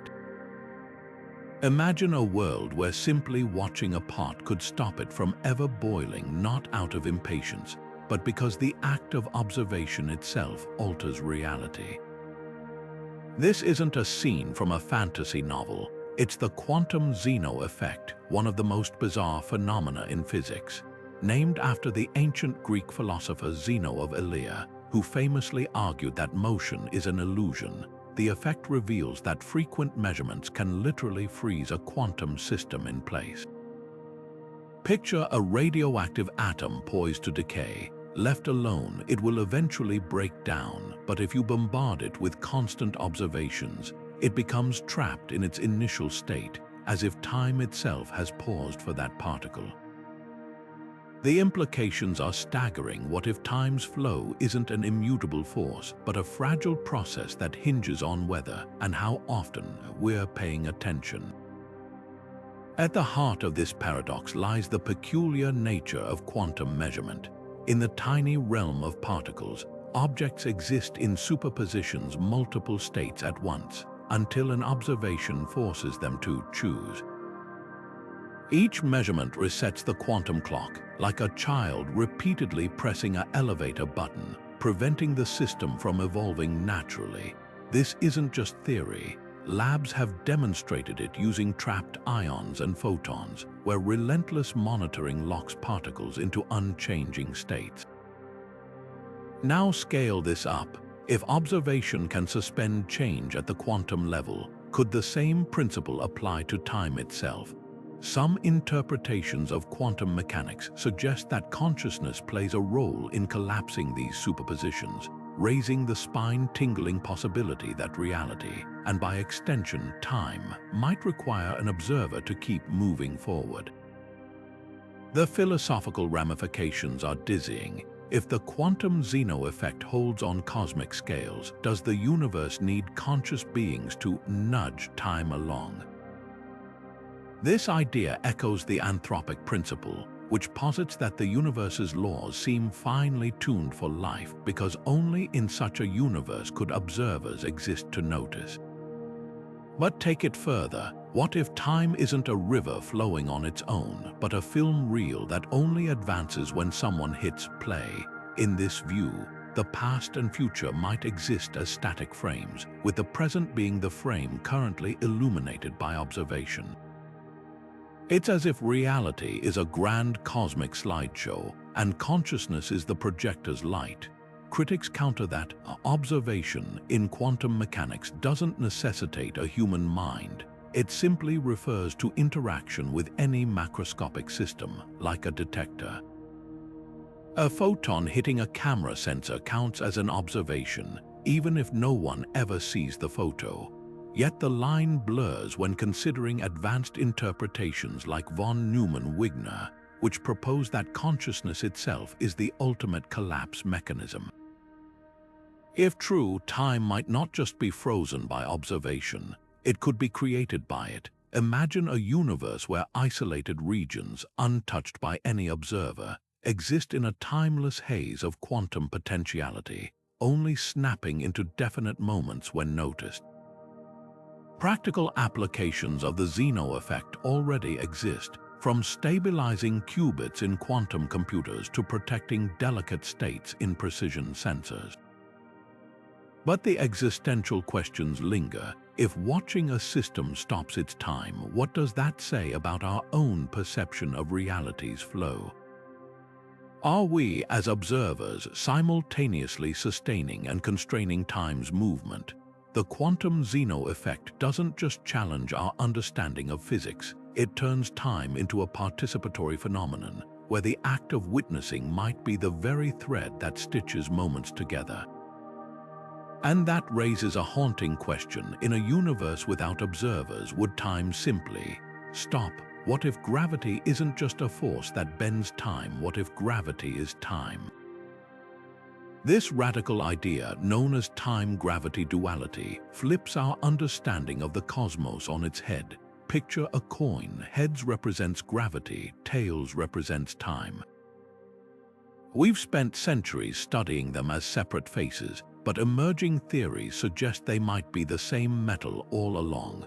At the quantum level, where space-time frays into a foamy mess of probabilities, gravity and time could emerge from the same underlying fabric, like ripples and waves arising from a single disturbed pond.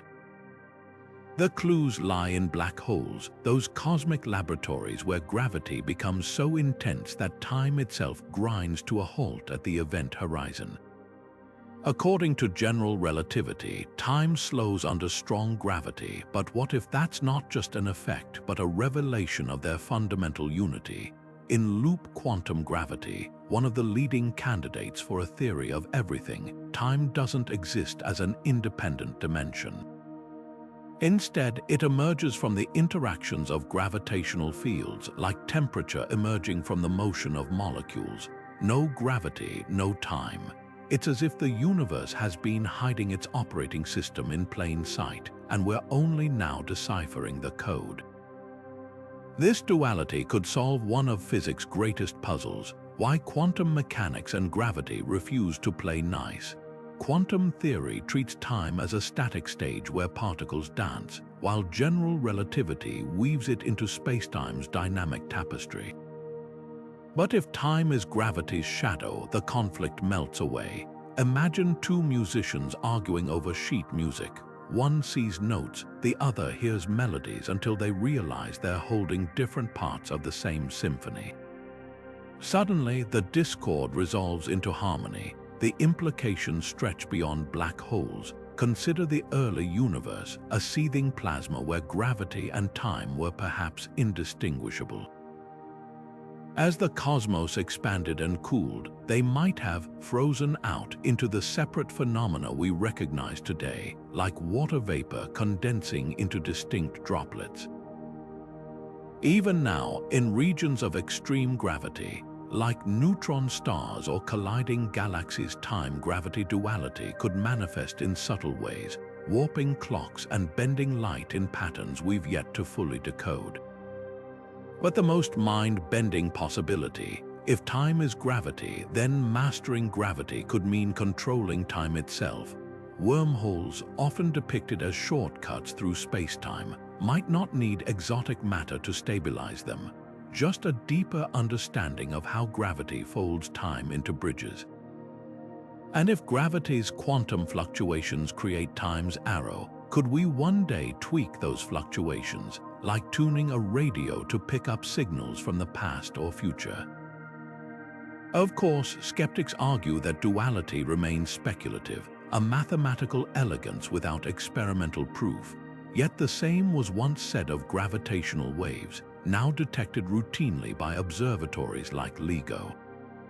The hunt for time-gravity unity is already underway, with experiments probing whether microscopic fluctuations in spacetime alter the decay rates of radioactive particles, a potential smoking gun showing gravity's hand on time's clockwork. Whether this duality holds or not, it forces us to rethink reality's deepest layers. Time and gravity shape everything from falling apples to orbiting planets, yet we've always treated them as separate actors in the cosmic play. What if they're the same performer, switching costumes between scenes? The answer could rewrite not just physics textbooks, but our very notion of existence, revealing a universe where time doesn't flow, but gravitates, pulling us forward into mysteries we've only begun to grasp. Imagine dropping a stone into a pond and watching the ripples spread outward, only to realize the ripples were already there before the stone hit the water, guiding its path as it fell. This backward causality is the essence of the time capsule paradox, a quantum riddle suggesting the future might not just be written, but actively participating in its own creation. At the heart of this idea is retrocausality, the notion that effects can precede their causes, like an echo arriving before the shout. In labs around the world, particles have been caught in acts of temporal acrobatics, seemingly adjusting their behavior based on measurements that haven't happened yet. It's as if the universe is a self-correcting manuscript where the ending quietly edits the opening chapters. Take the infamous delayed choice experiment, a quantum magic trick that bends intuition. Photons are given a choice, behave like particles or waves, but here's the twist: the decision of how to measure them is made after the photons have already passed through the experiment. Astonishingly, the photons act as if they know the future measurement, morphing their behavior retroactively. It's like a student changing their answers on a test after seeing the grading rubric, except the rubric hasn't been revealed yet. This isn't just a quirk of light. Similar effects appear in quantum entanglement, where particles separated by vast distances coordinate instantly, as if time and space were mere suggestions. What does this mean for our everyday reality? If retrocausality is real, then the distinction between past and future might be an illusion. Your morning coffee, the traffic jam you narrowly avoided, even the device you're holding right now. Could these moments be subtly nudged by events that haven't technically happened yet? Some interpretations suggest the universe enforces consistency across time, weaving a seamless tapestry where cause and effect loop back on themselves. Think of a novelist who plants clues in early chapters to justify a surprise ending, except the universe is both the novelist and the story, with the finale shaping the prologue in real time. The philosophical stakes couldn't be higher. If the future is reaching back to mold the present, does free will evaporate? Or does it simply operate within a broader canvas, where our choices are both influenced by and influencing time's entire span? Picture a mountain climber scaling a peak. From the ground, their path seems predetermined, but to the climber, every handhold is a decision. The paradox forces us to ask, are we the climbers or the mountain?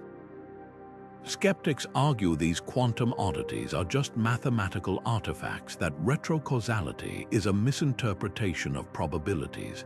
Yet alternative explanations often require even stranger ideas, like infinite parallel universes or consciousness collapsing reality.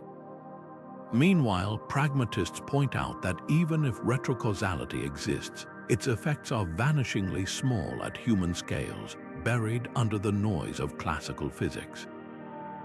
But what if we're just not looking closely enough? Subtle patterns in stock markets, weather systems, or even creative breakthroughs have been analyzed for traces of time loops, where information appears to flow backward.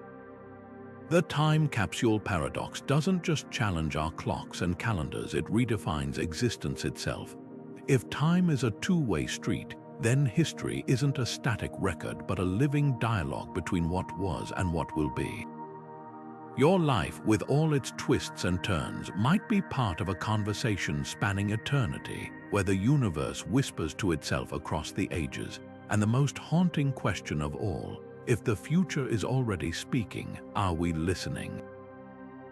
Waves are everywhere: sound waves carrying music, light waves painting the world in color, even gravitational waves rippling through space-time. But what if time itself is a wave, rising and falling in unseen rhythms that shape our reality? The time wave theory dares to imagine exactly that, proposing that time isn't a steady stream but an undulating force with peaks of intensity and valleys of near standstill. Picture the ocean. In some moments, you're riding the crest of a temporal tsunami, hurtling through events at breakneck speed. In others, you're stuck in a sluggish eddy where seconds stretch like taffy. This isn't just poetic metaphor, it's a radical rethinking of time's fundamental nature, where the universe breathes in and out like a cosmic lung, and we're swept along in its currents. The idea borrows from wave mechanics, where energy travels in oscillations. If time has a frequency, a regular pulse, then high-amplitude periods might concentrate more change into shorter intervals. Think of a film reel where certain scenes are packed with action while others linger in slow motion. Historical epochs of rapid innovation, like the Renaissance or the digital revolution, could correspond to temporal peaks, while cultural plateaus might align with troughs. Even personal experiences fit. Ever had a week where deadlines, surprises, and milestones collide, leaving you breathless? That could be your life intersecting with time's hidden waveform. Déjà vu takes on eerie new meaning under this lens.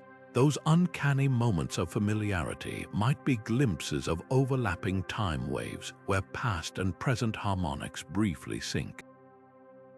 It's like hearing two pianos play the same note. The vibrations blend so perfectly, you can't tell where one ends and the other begins. Similarly, time perception anomalies, when minutes feel like hours or vice versa, could reflect our brains tuning into time's underlying oscillations.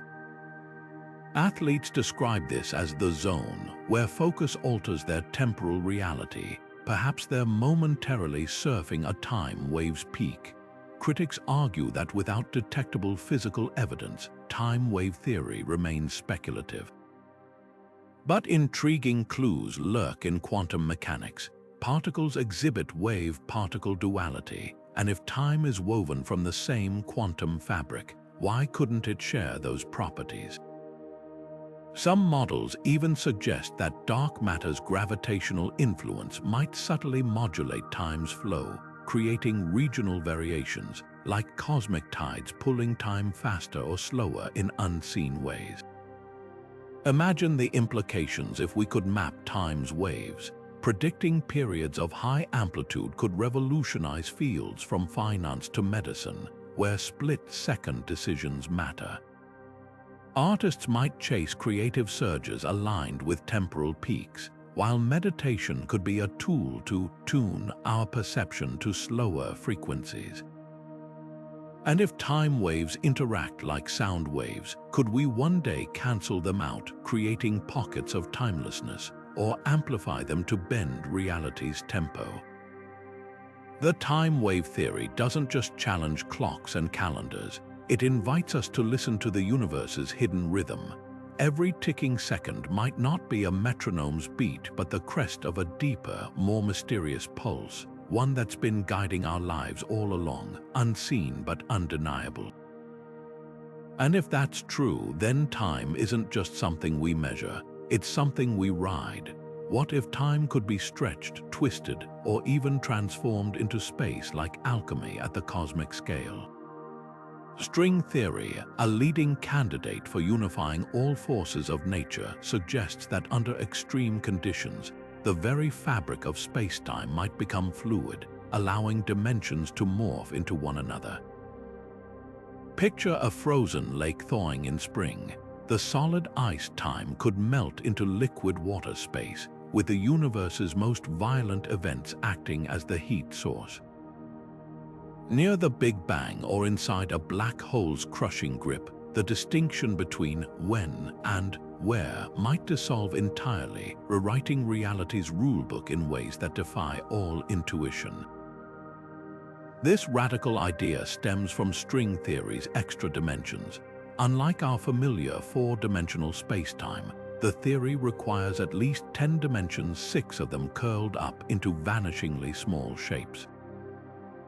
Under certain conditions, these hidden dimensions could unfurl, while one of our known dimensions, like time, might compactify. Imagine a cosmic game of musical chairs where the timer isn't just counting down, it's trading places with a spatial dimension. The math reveals something astonishing. In these regimes, equations describing time can be mathematically rotated into equations for space, suggesting they're two sides of the same coin. It's as if the universe has a hidden, dimensional exchange rate, where seconds can convert to meters under the right cosmic pressures. One place this equivalence might manifest is at singularities, those infamous points where gravity becomes infinite and physics breaks down. Conventional theories treat singularities as dead ends, but if time-space conversion is possible, they could be transformation zones. A black hole's core might not be where time ends, but where it twists into an extra spatial dimension, like a Möbius strip flipping inside out. This could explain why time seems to stop at singularities. It hasn't vanished, it's been geometrically reassigned. Think of a clock melting into a compass, its ticks becoming degrees on a new axis we can't perceive.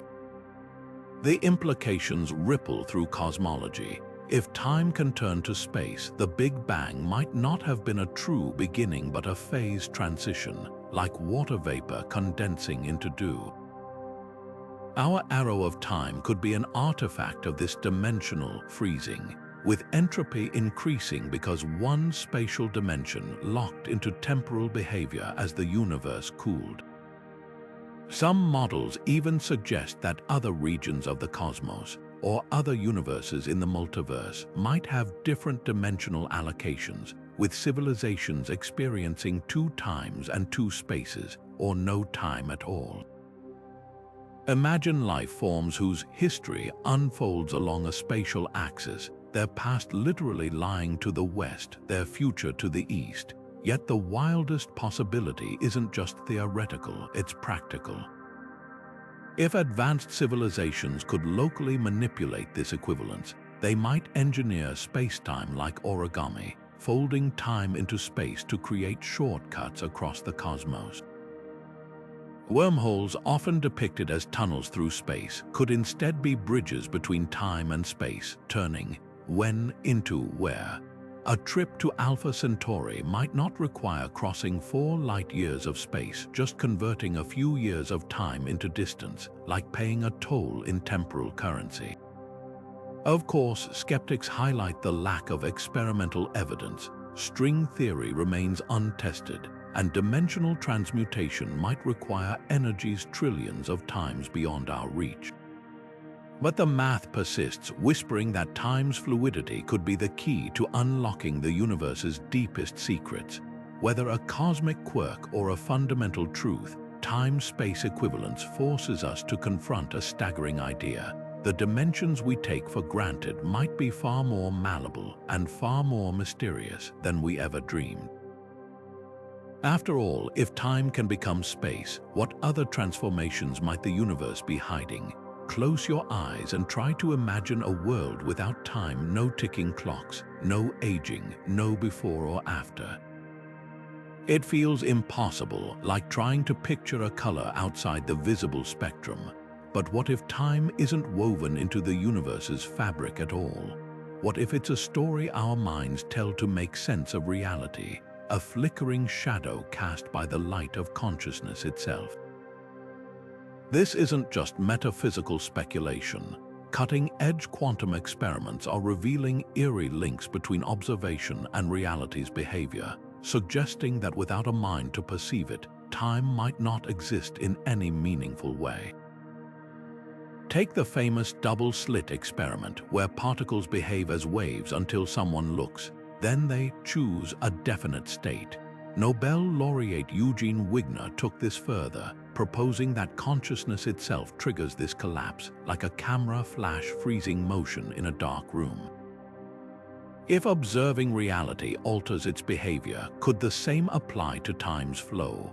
Imagine a cosmic version of the observer effect. Without conscious beings to measure moments into existence, the universe might remain a timeless soup of possibilities, where past, present, and future blur into one. In this view, every tick of the clock isn't just recorded by your brain, it's created by it. Eastern philosophies have hinted at this for millennia. Buddhist texts describe time as a conceptual knot tied by perception, while Hindu cosmology portrays it as Maya, an illusion woven by the mind. Even modern neuroscience shows how time perception bends under stress, drugs, or meditation, proof that our brains don't just track time but actively construct it. Patients under anesthesia experience time deletion, as if their consciousness hits pause, while psychedelics can compress hours into moments or stretch seconds into eternities. If time were purely external, why would it warp so easily under the mind's influence? The implications are staggering.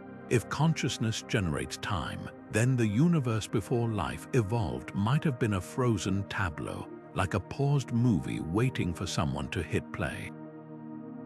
It's as if reality was a dormant computer, and the first conscious organisms, whether humans, dolphins, or even ancient sentient algae, booted up the program, initiating time's flow by the mere act of observation.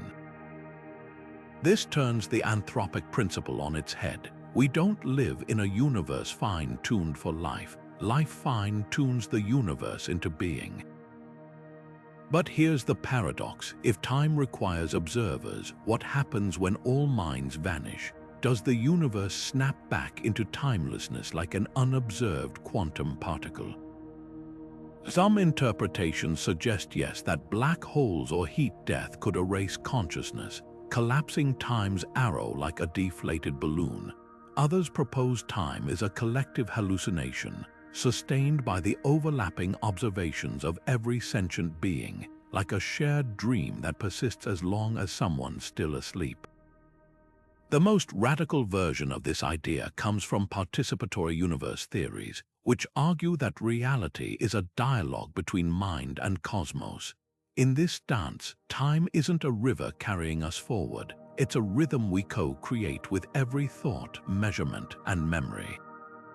Your morning coffee cools not because of some impersonal cosmic clock, but because your mind expects entropy, shaping the world to fit that expectation. It's as if reality is a canvas and consciousness is the brushstroke that paints time into existence. Critics argue this veers into solipsism, reducing the universe to a mental projection. Yet even hardcore materialists admit that without observers, time's flow would be meaningless.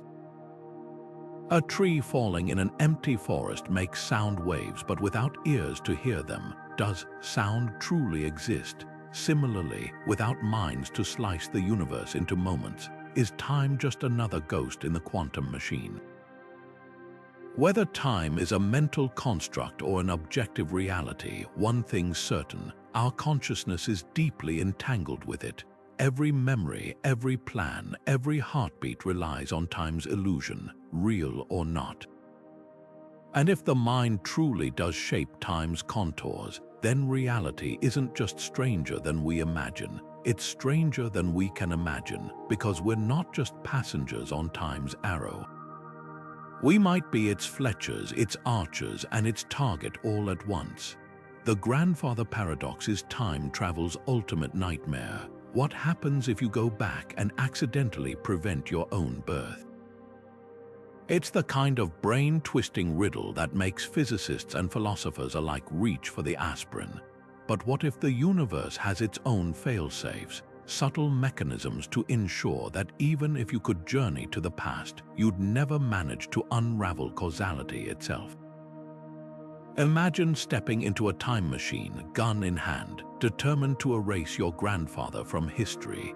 You pull the trigger only to find the gun jams, or your aim mysteriously falters, or a sudden gust of wind knocks you off course.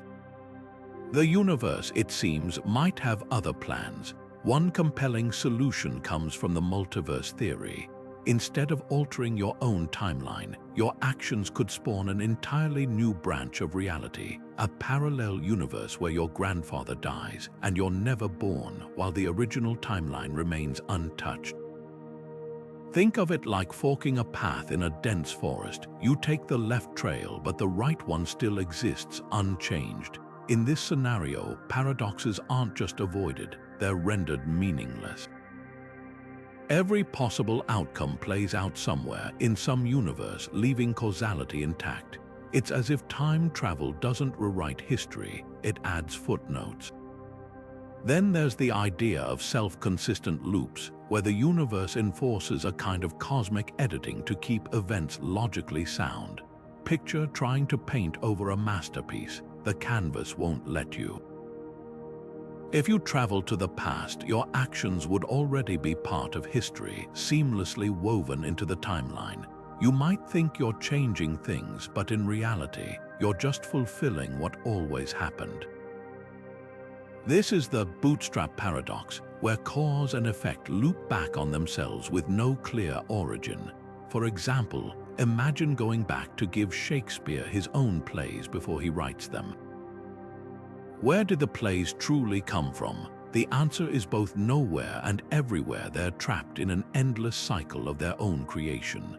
Quantum mechanics offers another eerie escape hatch, the notion that you'd only ever observe outcomes where paradoxes don't occur. This hinges on the many worlds interpretation, where every decision splits reality. In timelines where you succeed in creating a paradox, your consciousness would never experience them. You'd always find yourself in a universe where your actions somehow preserve consistency. It's like flipping a coin an infinite number of times, but only ever waking up in the realities where it lands heads. The other outcomes exist, but you're never there to see them. What's fascinating is how these theories reveal time's potential resilience. Whether through branching universes, self-correcting loops, or quantum filtering, the fabric of reality might be far more robust and far stranger than we've imagined. Time travel wouldn't be a free-for-all demolition of history, but a tightly regulated dance where the universe ensures every step lands in rhythm. So the next time you worry about breaking causality, remember, time might already have a plan. And if it doesn't, well, you'd never know. From Einstein's relativity to quantum retrocausality, these 30 theories stretch our understanding of time to the breaking point, not just as abstract concepts, but as invitations to rethink reality itself. Imagine standing at the edge of a cosmic canyon, peering into depths where time bends like light through a prism, where the past might whisper to the present, and the future could be written in stones we haven't yet turned over. Some of these ideas will inevitably crumble under scrutiny, while others may unlock doors to technologies we can't yet fathom. Clocks that tick differently on distant stars, quantum networks where information flows backward, or even portals to epochs long gone. But here's the beautiful paradox: even the theories that fail push science forward. Every dismissed hypothesis, every recalibrated equation is a stepping stone toward a deeper truth. Think of it like mapping an uncharted continent. Early explorers might misplace rivers or mountains, but each mistake sharpens the map. The holographic principle, time crystals, Gödel's spinning universe, they're not just answers waiting to be validated. They're questions in disguise, each one peeling back another layer of time's mystery, revealing how much we still don't know, and that's what makes this journey so exhilarating. Time isn't just the ticking clock on your wall or the calendar pages flipping by. It's a living, breathing dimension, as malleable as clay in the hands of gravity, as elusive as a quantum particle flickering between states. It might be an illusion spun by our consciousness, a side effect of entropy, or even a shadow cast by higher dimensions we can't perceive. The only certainty: our current understanding is a single frame in a much grander film. So what's next? Perhaps we'll discover time's quantum structure, or stumble upon a civilization that's mastered its flow. Maybe we'll prove that the past is forever out of reach, or uncover evidence that it's been whispering to us all along. Whatever the answer, the chase is what matters. Every experiment, every theory, every what if whispered in a lab at midnight is a stitch in the tapestry of human curiosity. Now it's your turn. Which of these theories bends your mind the most? Drop your thoughts in the comments. We're all time travelers here, riding the same ripple through space-time. And if you're hungry for more adventures at the edge of science, hit subscribe. The clock's still ticking, but who knows? The next revelation might be the one that makes time itself obsolete.